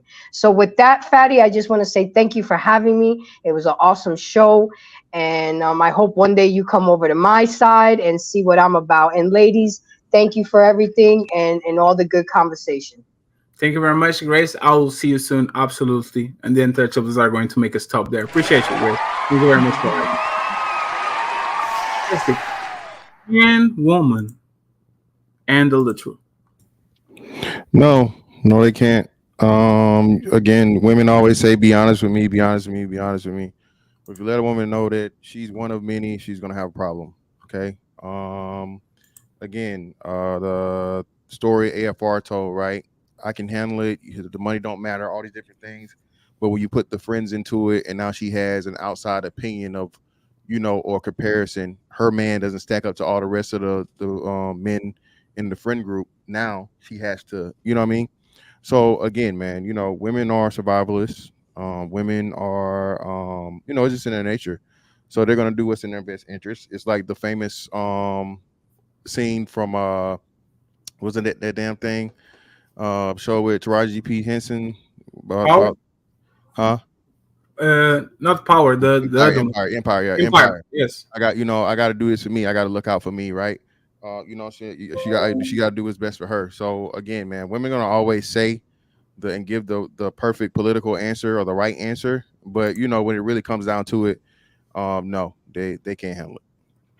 So my opinion, men need to be liars, and when I say liars, a responsible liar. Don't put nobody in danger with your lies. Don't do lies that is going to damage the significance of the woman that is in your life. Lie just like you lie to your kids. I use this example all the time. Your kid doesn't want to eat spinach. You put bacon around that shit and you do the aeroplane. And he's going to eat that shit thinking it's bacon, but it's actually not bacon. Be responsible with the way that you lie. And when you meet a woman, you actually tell the truth. If you want more woman inside of the marriage, if you want whatever, tell the truth. You are going to be very, very, very, very penalized. Be ready to have tremendous amount of consequences by telling women the truth because they don't handle the thing. You know what's the most basic truth? Hey baby, I don't feel like talking with you today. I'll talk with you tomorrow. You are going to get into trouble if you say that to that woman. If you're saying that to your woman, hey baby, we still know you're on the phone, but I need to play some FIFA with Fantastic, man. Like I'm really want to play this game. Just leave me alone for one day. I'll call you tomorrow. You are going to have repercussions. So women are not capable of absorbing lies. Men, when it comes to your sexual past, they are not going to. Most of them, I say half of them will accept it, half of them no. So it's going to be a problem if you actually have a big body count and you're going to tell them about it. But relationships that work for 40 and 50 years only work because that man is a good liar. Straight the fuck up. You can tell me whatever you want. That relationship only work because your father or your grandfather pick and choose when to tell the truth to his grandma and when to lie to her because, you know, if he told her the truth, that shit will be a problem. So, this last question so you can finish the show. Bree, Scarlett, and Destiny. Do you agree with what I said? Just a yes or no, if possible. No. What about you, Scarlett? No. And this proves that No. women can handle the truth because I literally told them what men do to them and they can't accept that shit. that literally proves exactly what I'm telling you. In my country, there's a saying that says, a mentira é o óleo que faz a sociedade mexer. Meaning, lies are the oil that make the society machine to move. I kind of fucked up that shit, but it's actually what it is. We lie to our bosses. We lie to our teachers. We lie to our people that are with us at school that, oh, how are you? We lie when they are smelly when you say that they lie. We lie when they have a booger on their nose. We lie to not make people uncomfortable. We lie to keep our shit. We lie all the time. And now when it comes to the relationships, you have to tell the truth. No, if you tell the truth, your relationship is not going nowhere. Just be responsible a lot about the lives that you do. Don't go around cheating. Don't go around do shit that is going to put your woman in predicaments. But lie responsibly. That's the only way that you're going to keep and move forward. And if women don't accept that without the respect, I'm sorry. Most men are not going to tell you this. Most men are going to pretend, I love you, baby. Oh, of course I want to be with you. Do you think that those men like to watch the telenovela and Housewives of Atlanta that you watch every day? They pretend they like. They do it. Do you think do you know how many men are on the phone and they are literally when is this bitch going to like turn off the phone so I can go watch Game of Thrones? You guys do that shit too. But you know why we're together? Because we lie to each other. And we pretend that we like to each other. Friendships are like that. We do it all the time. The day that we actually come to this conversation and be honest about it, I think things will get better. Until then, is who tricks who first. Ladies, I appreciate you. Thank you very much, Bree. I'm sorry for you making you stay on the car for 3 hours. I apologize. I hope you wasn't driving like the whole 3 hours, like you the guy to send you gas money. But I appreciate you. Thank you very much. I'll do a little follow up on the TikToks and YouTubes and all that. I will reach for you. So I truly appreciate you for the 3 hours that you gave to me. Thank you. Do you have anything that you want to tell people other than bye and all that, or we would?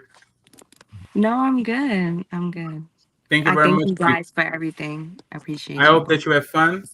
And once again, I hope that you didn't toast on that car for the 3 hours. Thank you very much. I appreciate you. And I see you soon.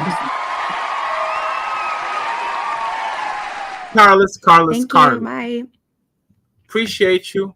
And it was Destin. Destin, thank you very much for coming. Appreciate you too. And salute to you on your mansion with your piano on the back.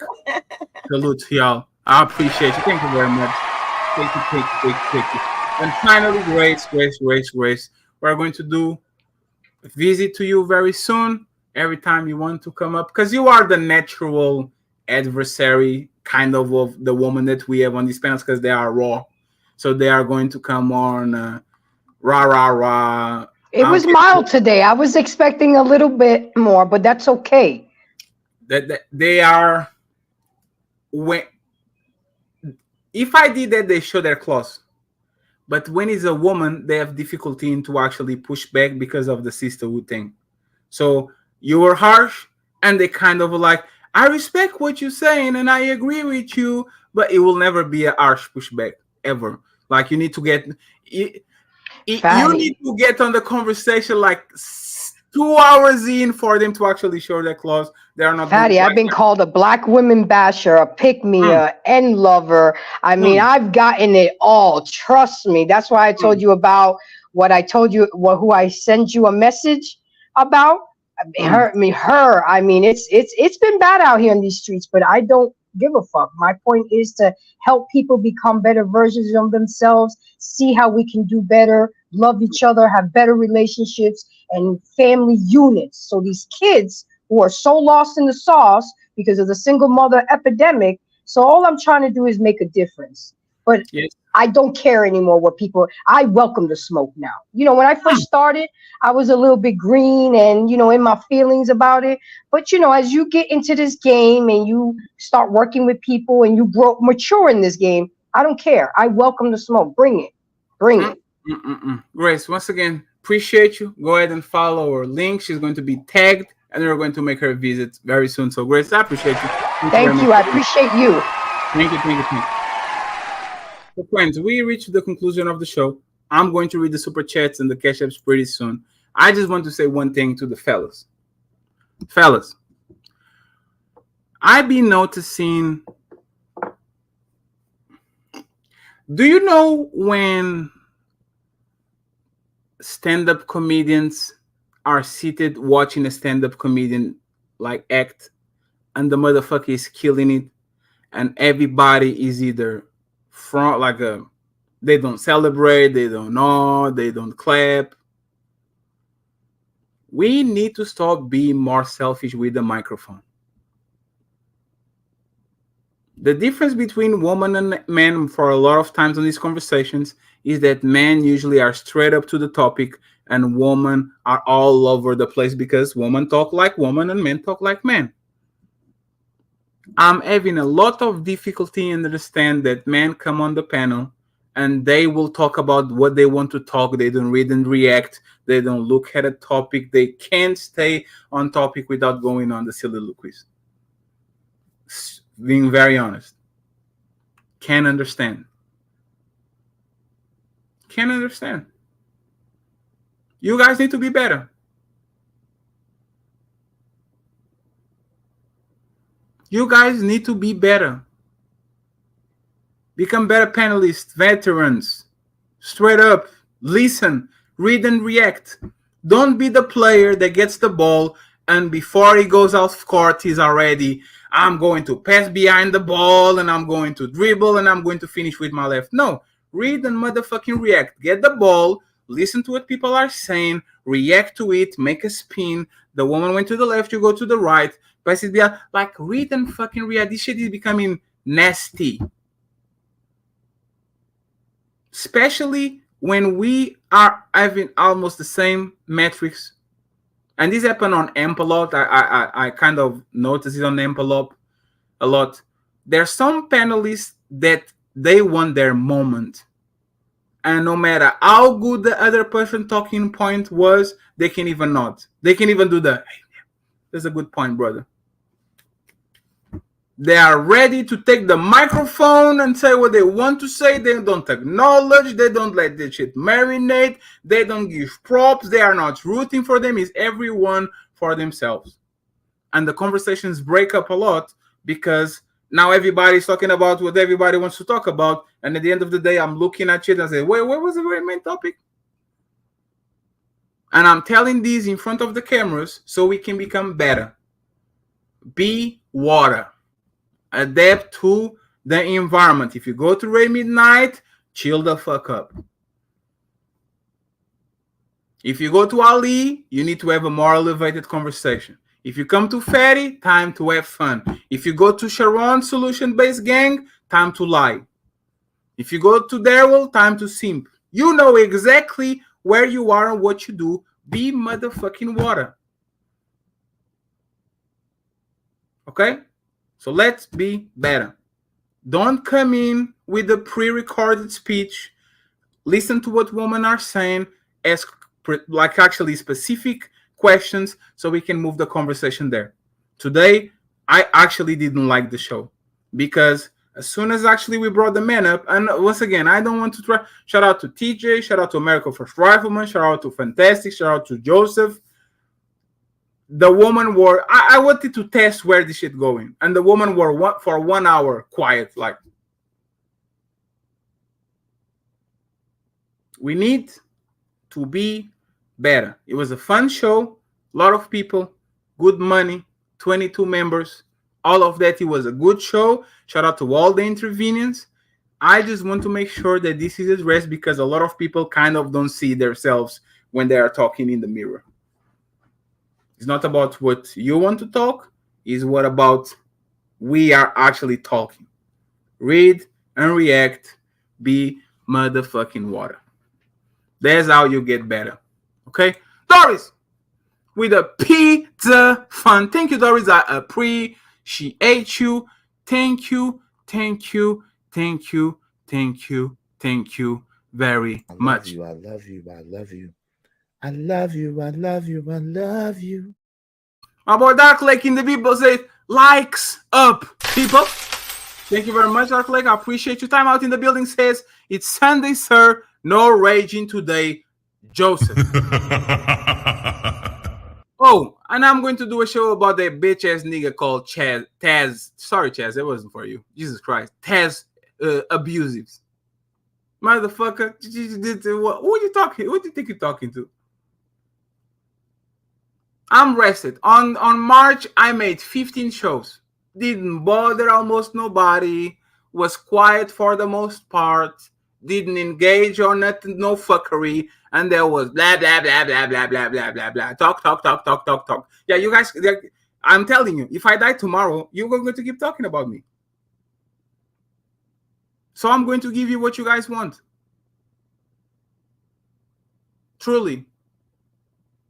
If you wait me for the fuckery and you keep trying to bite my fucking ankles, I'll fucking step in your throat. So Tez abusives, Thursday, we need to talk. Thursday, we need to motherfucking talk. And did you notice that the LGBT video to me is quiet too? Very, very quiet lately. You don't want to do more pedo shows now, sir? What's going on?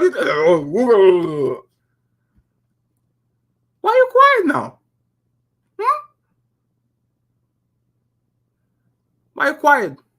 Another one. Flora, keep crying. You are a troll. Trolls, get trolled too. Stop crying. You chose that shit. You chose to be a troll. Now that we're trolling you back, now you're crying and complaining about it. No, take it. Take it.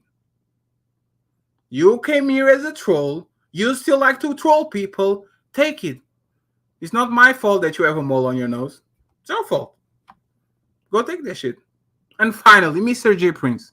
Mr. J Prince, Mr. J Prince, Mr. J Prince. First of all, you have to clean your floor, sir. I think it was 2 weeks ago, somebody sent me a picture of your floor next to the fridge. And I think one of your babies dropped the eggs on the floor. So the floor is stained yellow next to the fridge. It's been 2 weeks, sir. You were doing the Scoopy-Dee poop, the kitchen poop that you do, and that shit was still on the floor 2 weeks later. Still didn't clean that shit. I am not a stalker, sir. Ilkan Ali on the This Might Be Risky show told you something very clear. Hey, brother, do you want Fatty to stop? Because if you want him to stop, I'll make him stop. He told you that. He told you, hey, man, do you want him to stop? I will make him stop. It's fine. I got you. And what did you do? And she is a whore. Just like a whore, you said, nah. He's been doing this for 9 months, so I'm going to keep going. Take it. You wanted to keep going? We're going to keep going. Do you know that I'm not averse to confrontation? That pedo shit doesn't bother him anymore. Yes, I said those jokes. What you going to do now? No more explanation. No more, but it was a joke. Oh, you don't agree that it was a joke? What are you going to do now? Do something. You chose confrontation. So don't cry when I fucking step on your fucking head. I don't like you, and I will clown you every chance I get. I'm not a stalker. Ali told you to stop. You said no, so we're going to keep going. And I'm sparing your ass. Because people keep feeding me information and all this shit and things that you did and all that. I'm like, You said no. You said keep going. Don't come around and he's a stalker and he doesn't stop. You said you didn't want to stop. You said you didn't want to stop. If you want to stop, come here. Come back, say I apologize for the amp day. I want you to stop, Fatty. I feel, oh my God. I'm a victim. Come here. You are. Tell us. You're a victim. Here we go, CSI. So if you don't fucking want me to stop, and you keep sneak dissing me, which is something very funny. Jay Prince show yesterday. Again, I was asleep. I wasn't watching this shit. Jay Prince show yesterday with Flora was sneak diss about sneak diss about sneak diss about sneak diss. Let's watch this video between Fatty and Tez exclusives on a 90s show. And let's talk about it while pretend we're not talking about Fatty. What do you think about people that don't have kids and don't have wives talking about relationships? What do you think about people when you say them to stop and they don't stop? I think they are stalkers. The whole motherfucking show was it was just like Sharon does. You don't say the names, but you keep throwing shots after shots after shots after shots after shots. And then when I actually fight back, you ask, why am I stalking you? Why am I gay? Why are you guys doing that?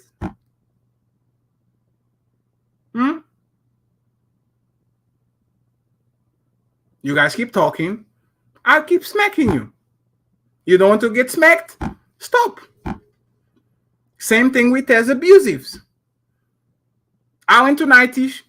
I am not on Nightish at all. Motherfucker still upset because I put him on a poster on DJ The Witch Doctor and he ended up on Bala fighting everybody on the comments. Saw me on Nightish, tried to pick up a fight with me. You are not the leader. I never said I was. You are not an alpha. I never said I was.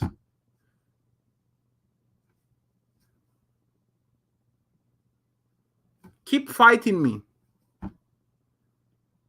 Make me money. Make me money. I love money. Money is cool. So in April, it's on again. I gave you a month for you guys to get whatever you do. The other motherfucker, World Trash, seems like he waved the white flag with the finale. Daryl is kind of chill. I was the one to provoke him actually the other day, but he's taking that weeks off and all that. So, hey, you leave me alone, leave me alone. Tez, I don't give a fuck about you. You are not relevant to nothing that I do on this space. So stop ambushing me when I'm actually on a good mood going on the people channels. Nightish be nice to me. Like I told you, day to day. If people nice to me, I'm nice to them. So it is what it is. And the two slow motherfuckers, right? Let me tell you how slow Flora is. I don't think men without kids and wives should be giving relationship advice.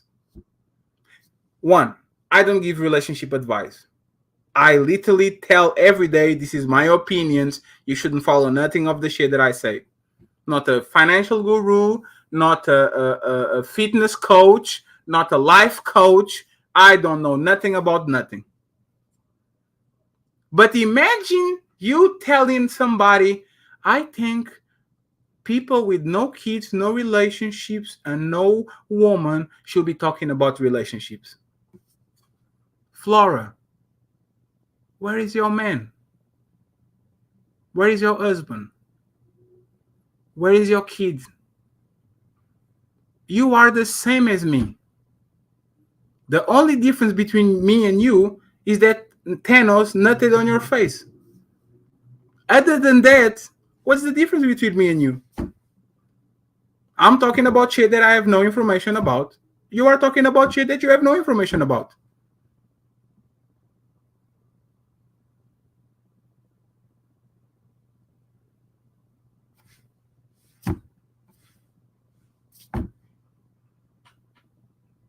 J Prince has kids.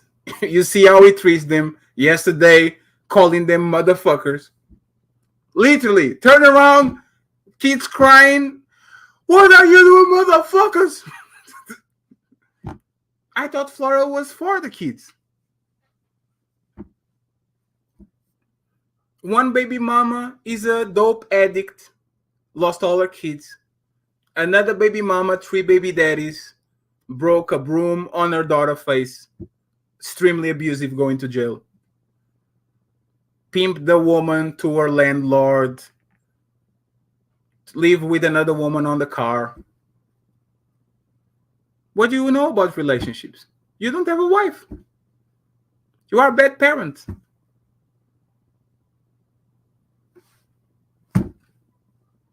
I didn't create no broken families.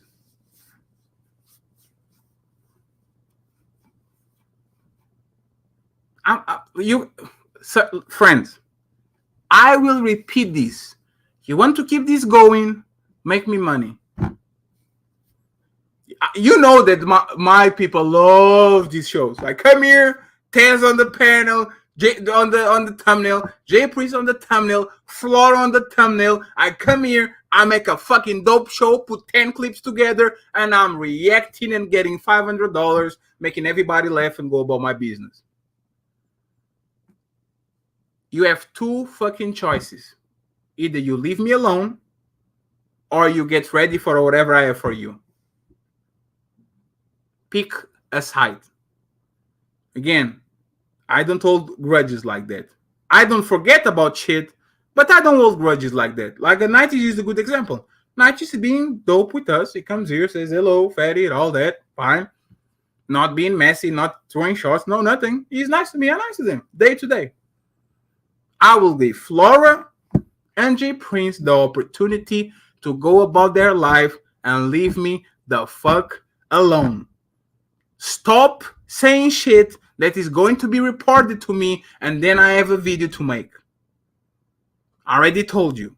Either you stop when people ask you to stop, or you fight and you be ready to get trolled back and to get scrutiny back. I'm not playing with you anymore. I'm tired of you motherfuckers playing victim. You are grown motherfucking man and motherfucking woman. Fight back. Stop crying. Fight back. I'm okay. Call me fat. Call me the P word. Call me he lives in mama basement. Call me what, like you can call me that. I'm ready for that. But be very careful. If you can dish it, you better be willing to take it. Because I'm not stopping anymore. I'm not stopping anymore. And I do this better than you guys do with this. So keep doing, keep pushing that shit, keep trying to make me look some type of way. I'll make sure I gather all that information and run the bag up because of y'all. J Prince made me a lot of money last year. Lot of money last year. Stop using Flora as a Flora. Do you think a man without woman should have a conversation? Bro, fuck her. You know what? You open her mouth. And you see what I'm saying?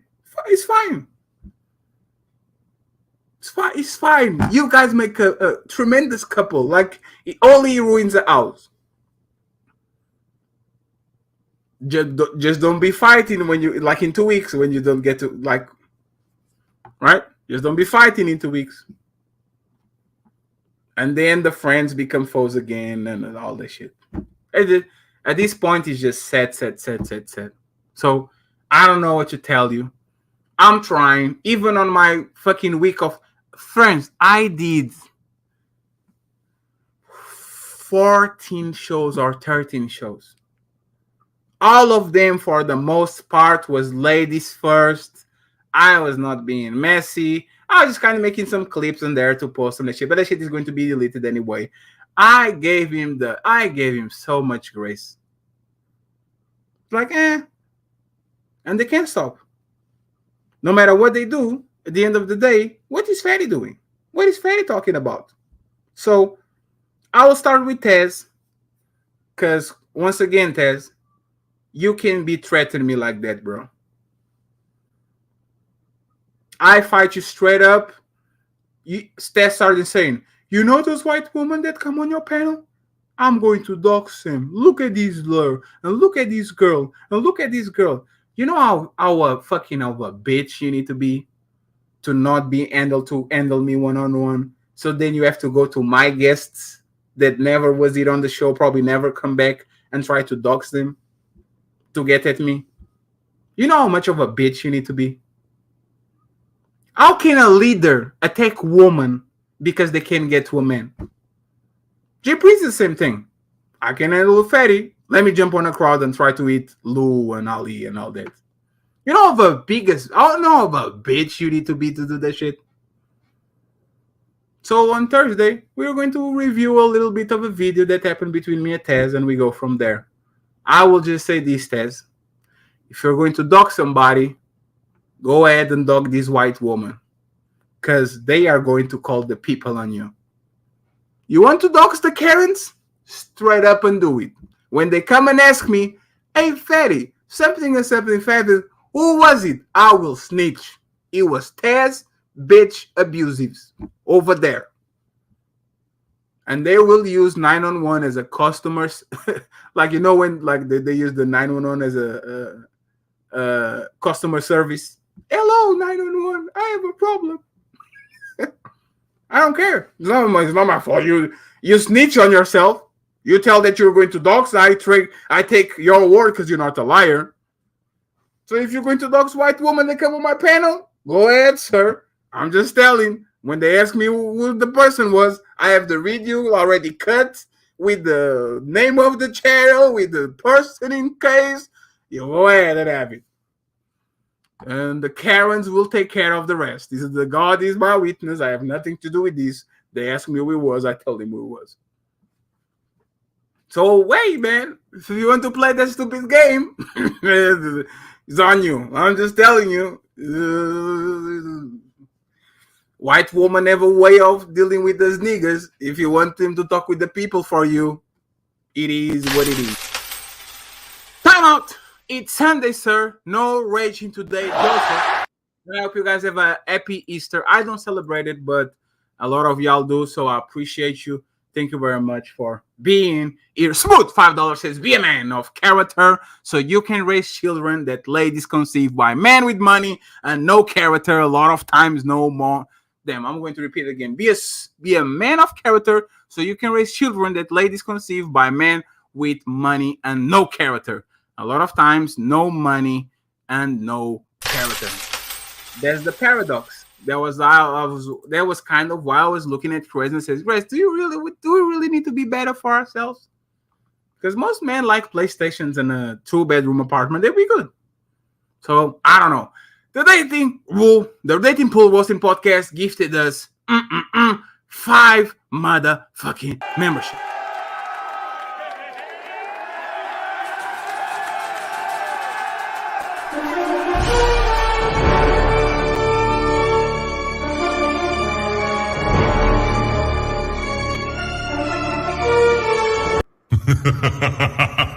Thank you very much, HQ. I appreciate you, and I'll see you soon on a panel next to you. Carl, sponsor of the show with probably $90. Sorry, Carl, for actually lower your thing, but I didn't count these little ones. We're both to picky relationships. Social media trends our brain to diminish our upbringings. We're on a spiral, and who knows where it's up. There's a motherfucking fact, Carl. I appreciate you. We'll go ahead and follow Grace. Go ahead and follow the Real Bravado Network, TJ. Go ahead and follow Mr. Fantastic. Theo is in the motherfucking building, and he says, how are women getting better to be with men? They are absolutely not getting better. Wasn't it funny? And I actually like these girls because they give us raw opinions. They don't give us media trained opinions. I think it was Ariel. I think social media is a big problem because men get they get an inflated ego because they have so many options on IG. Okay, so are you willing to delete your IG? No.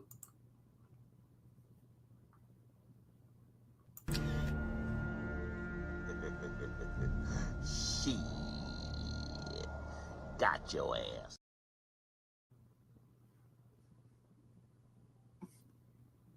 I don't know. I just trying to understand. If the shit is a problem, why not solve the problem? I don't know. Yes, the degenerate saying diminish the right way now. It sounds like we popularize a bunch of like the diminish, the hate. Everybody's saying the hate. We popularize a lot. You're a victim. We popularize a lot of things. There's a sign that the untouchables are global. They are not global yet, but they will be. Mark my words. Thank you very much, Theo. I appreciate it. And my boy Theo comes in always nice to us with the 5 minutes. Thank you very much. I appreciate you, Theo. Salute to you. I hope you had a great day. Nas 415 in the building gifted 1 membership. We need to direct those memberships up on April, friends, because I took a lot of time off, not being on live streams. So we lost a few. We still have 600 and something, but I want to go back to the 900 very soon on the month of April. So we need to rack them up. Today we got 23. That's a good start. Thank you very much, ladies and gentlemen. I actually appreciate y'all. My boy Carl Anderson back again says, congrats to the 300 plus Easter gathering. Keep it up. Thank you very much, Carl, the sponsor of the show today with $90. Salute to you, Carl, and thank you for always taking care of me. Smooth with the 20 motherfucking dollars. He says, I hate to see him, but Joy, Elmore, and India cause a lot of shootouts in their prime. I bet some of them ninjas in these YouTube streets right now. Keep him up, fatty. I want to see you comes up to crash out. Bees Marquee spitting facts. Yes, they were attractive women. I don't think men are complaining about the level of attractive to women. I don't think a big thing. It's just like the when a woman double talks means that she has contradicting points in our brain. How can we trust that? How can you trust a person that has he's double talking? I don't know. Thank you very much, Smooth. I appreciate you. We have 10 more to go. Tony Golden in the motherfucking Buddhism. He said, what's up with this partner shit? Women care about labels a lot. A lot. So they don't want to be a submissive wife. They want to be a partner, because partner means that you have a level of control in their shit. Even though they might still have a level of control, it's like you being on a firm, on a lawyer firm. You want to be a partner. I want to be a partner. Motherfucker, you have 3% of the shit. It's just a label. I am going to college. I'm going to university. Motherfucker, you going to school. The label. I am a boss, bitch. I am a king. I am Tez Exclusives. The GOAT. The GOAT.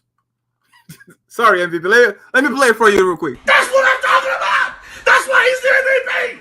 That's why he's the GOAT. The GOAT. When he's not even the GOAT of his own house. Nyla says he's way more accomplished than him, looks better than him, has more people in his church than him, probably makes more money than him. Motherfucker is not even GOAT in his whole house. But I am the GOAT. I am the GOAT. Labels. People love labels. King. I am a diva. I am a princess. Like Princess Kami. Princess Kami actually is a princess. But you all know you're not queen. At least I didn't saw you when you was being inaugurated. Theo! Either woman want to get treated like equals or not. They don't. They want to pick and choose where the equality is. I want him to have a house. Why? Because I want to sleep on his house. But can we sleep on your house? Not all the time. Why? I want a place where I can feel safe. So aren't we safe in your house? Yes, but I'm work from home. I don't want to be always in my house.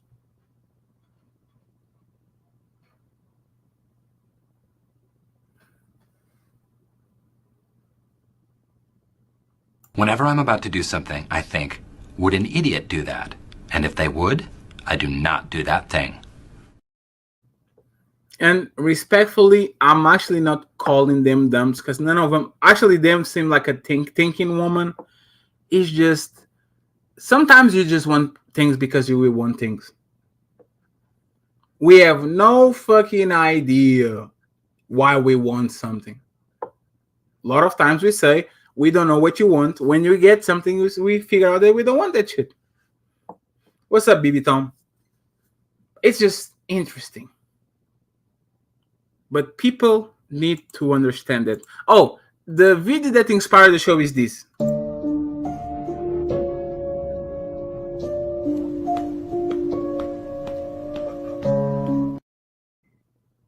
You give your girlfriend a logical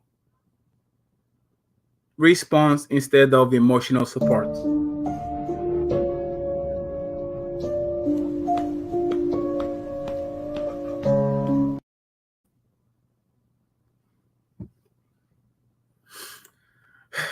Lie responsibly. Lie responsibly. My boy, I9 Bash calling. What's up, brother? How you doing? A woman's pride trumps manhood. Whoa. A woman's pride trumps manhood in the new society. All dads and tell us their stories and doomed us to repeat the same mistakes. Absolutely. Absolutely. My boy OG is in the bill, says stop putting BS on the boomers. It's your life. OG is supposed to come through, but we kind of, up and down, up and down. Oh, it's salute to G. I hope you're doing good. Carl Anderson, $20 says, but I believe America has discovered its new favorite pastime. It's no longer football or baseball. It's the battle of sexes 2.0. He hates me versus she hates me equal a damn tie. You know what's funny, Carl? It's not man against woman. It's man against man.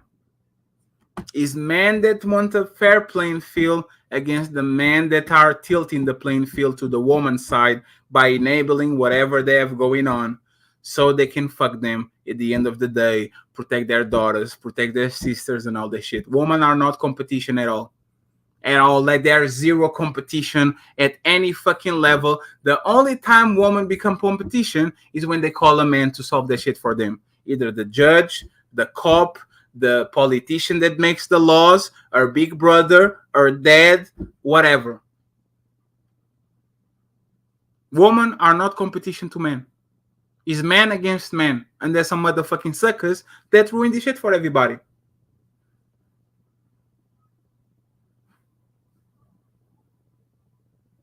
It's man against man. It's not man against woman.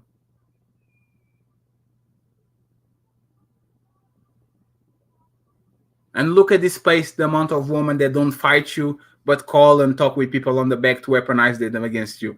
This has been happening since I got to this place. I'm not going to fight you. I'm going to call you on the back. I'm going to talk with you. I'm going to convince you that I'm the victim and he's the bad guy, and you are going to do the dirty job for me. It's not woman against woman. It's not woman against man. I'm sorry. It's man against man.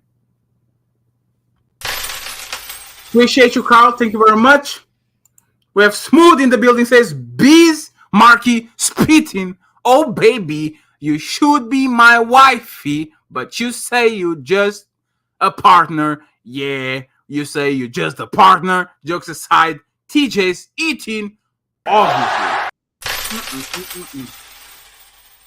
Hey, man, TJ is his thing going on. Sometimes our personal experience are not scalable to people. TJ is a very high earner. Very high earner. And a lot of times we might have something that worked. It's just not scalable to most society. Like Anton, for example. Anton got married at 20 or 19. Is he a case of success in a relationship? Absolutely. But his situation is not scalable because most men are not going to become millionaires and most women are not going to marry at 19. They're going to marry at 29. So we sometimes need to take the ego and our situation aside to make sure that we talk about generalities, because a lot of times what we're doing might work, but is not scalable to a mass size of the population. Carl Anderson, $20. Dating sites that filter out unsustainable matches could be the solution to find partners in the future, while face-to-face is necessary. Spending time online, getting to know each other becomes before becoming romantically involved. The sponsor of the show with $110. I saw your comment, Kazim. I saw your comment. You know what's funny, Carl? I miss school days. I miss the days where a woman knows me and I know a woman, not because we are dating and I see you on the coffee shop and you come to my house and we fuck. I miss the days while I met people organically.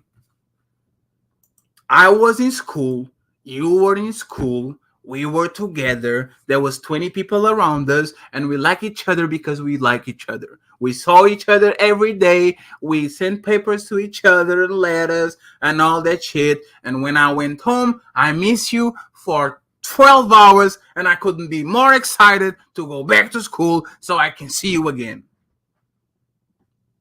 And now what we have, I text you.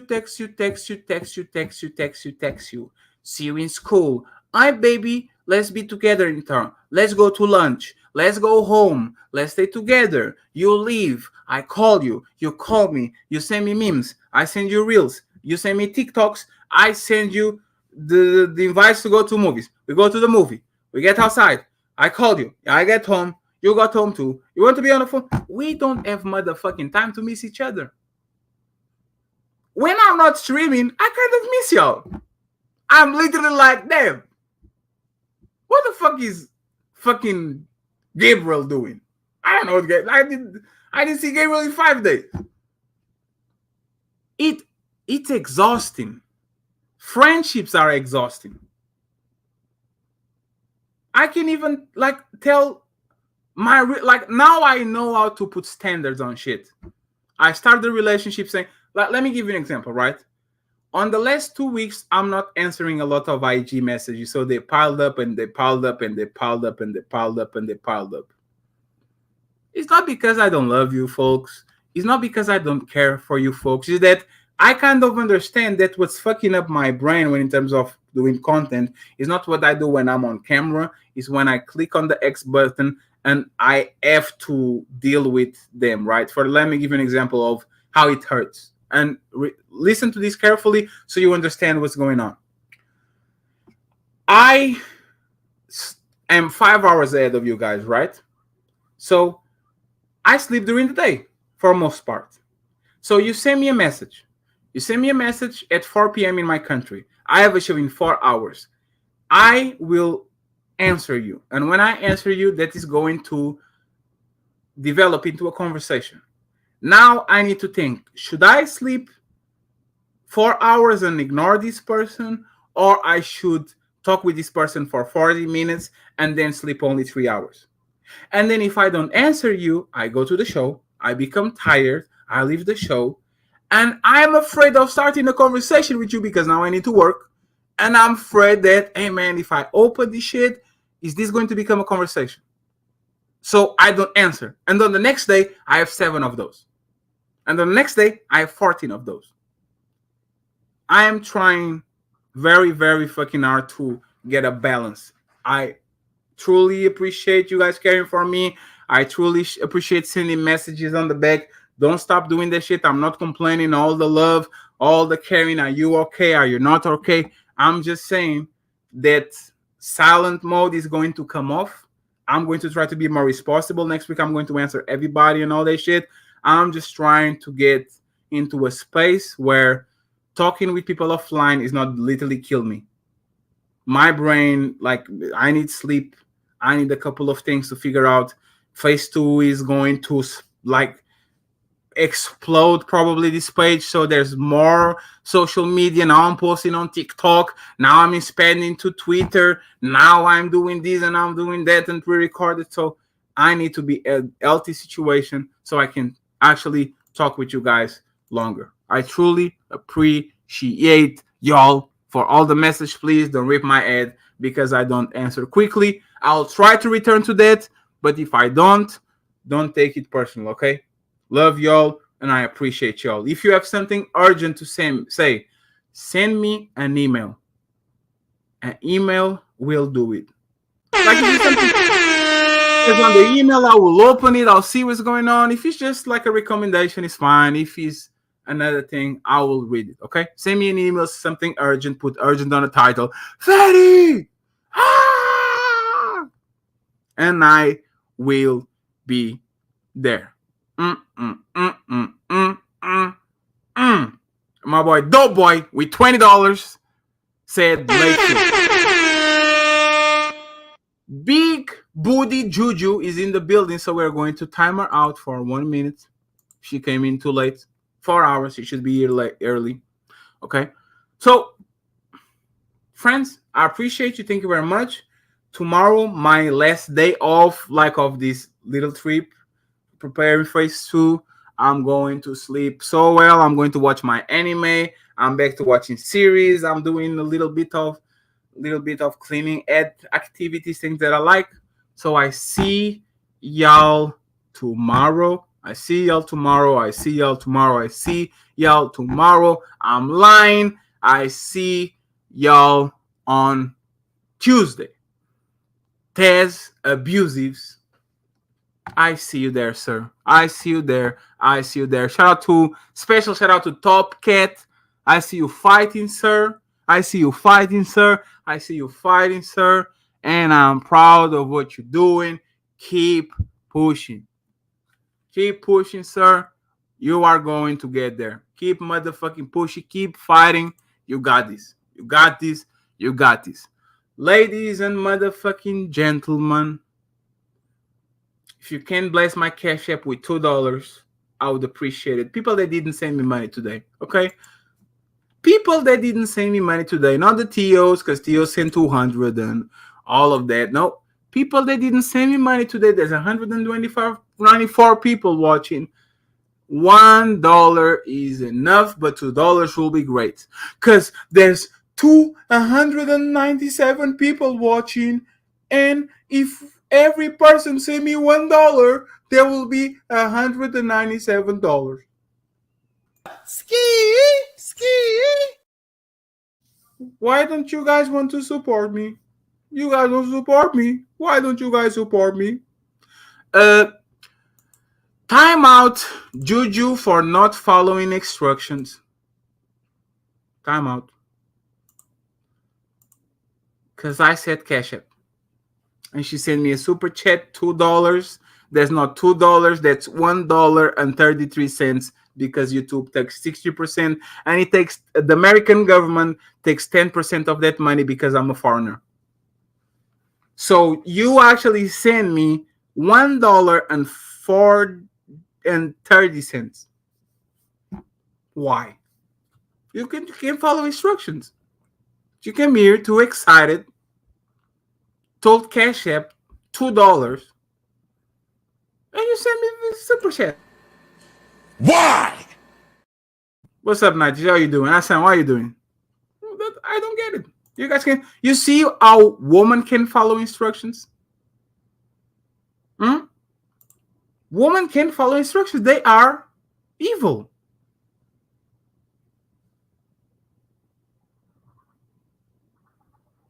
See, Kazim knows what it's $2. Kazim says, because you only said $2. It's fine, Kazim. Kazim knows how instructions work. Not like you, Juju. I'm telling you. Keep, like you see, if you see a woman with a big booty, just walk away, bro. Just walk away. If you see a woman with a big booty, walk away. There's nothing for you nothing for you there.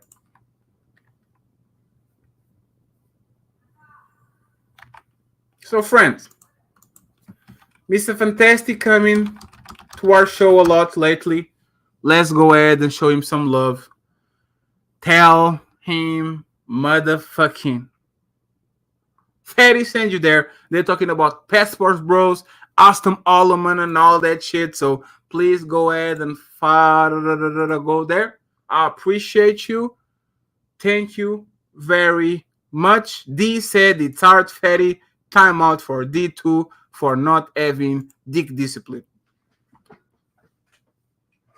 For not having dick discipline. We don't stay low. We don't do that over here. Mr. D Degenerate, a true motherfucking whore. But she is a whore. A whore. That's what you are, D. That's what you are, D. You say it's hard. It's not hard, D. Pray. You guys need to pray more. I'm just bullshitting. Friends, nice to see you. Tomorrow again, day off. And then we go back on that arse. I have a lot of things to do. I have a lot of things to say. These ladies' shows first are fun, but I like the other shows too. So the best is yet to come. Team Fatty, the fat one from Portugal. Oh, and player one. I didn't forget the video that you did. I didn't post that shit, but I didn't forget the video that you did. Putting glasses on Precious' face and all that shit. You are a piece of shit, sir. Just bow down from the conversation. You don't need to be trying to do that shit. So next time you do that shit, you better be okay. He's commenting with the glasses emoji. user timeout 1 minute.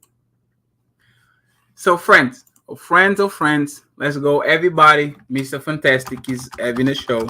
Tell you that Friday went there. Just drop a like and all that. And if you like, stay. If you like, don't. But just go ahead and say hi. I appreciate you. My boy Player One sent $1. Said keep trying on the face swap edits. You got this. He wants to be okay. So his timeout actually is going to be infinite, and I'm going to time him out for 10 minutes. So I'll make sure he doesn't talk more on this show. Okay. Thank you very much. Appreciate it. For the Cash App, sir. Friends of friends, untouchables, arise. I see y'all soon.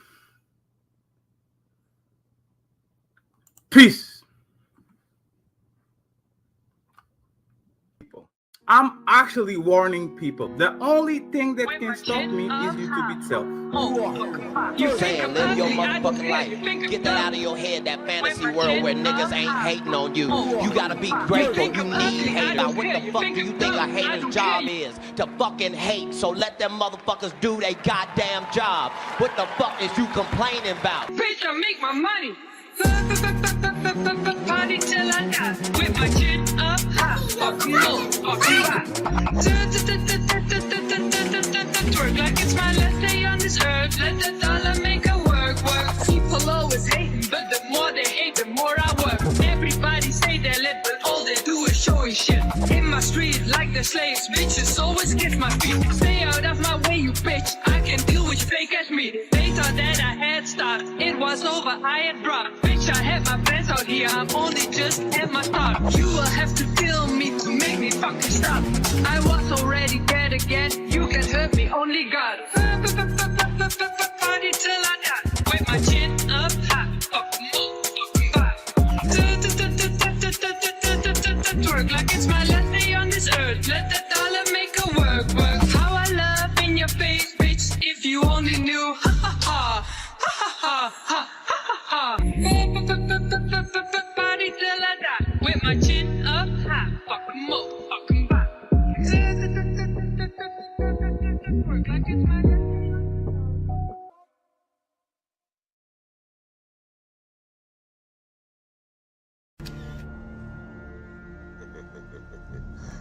Shit. Got your ass.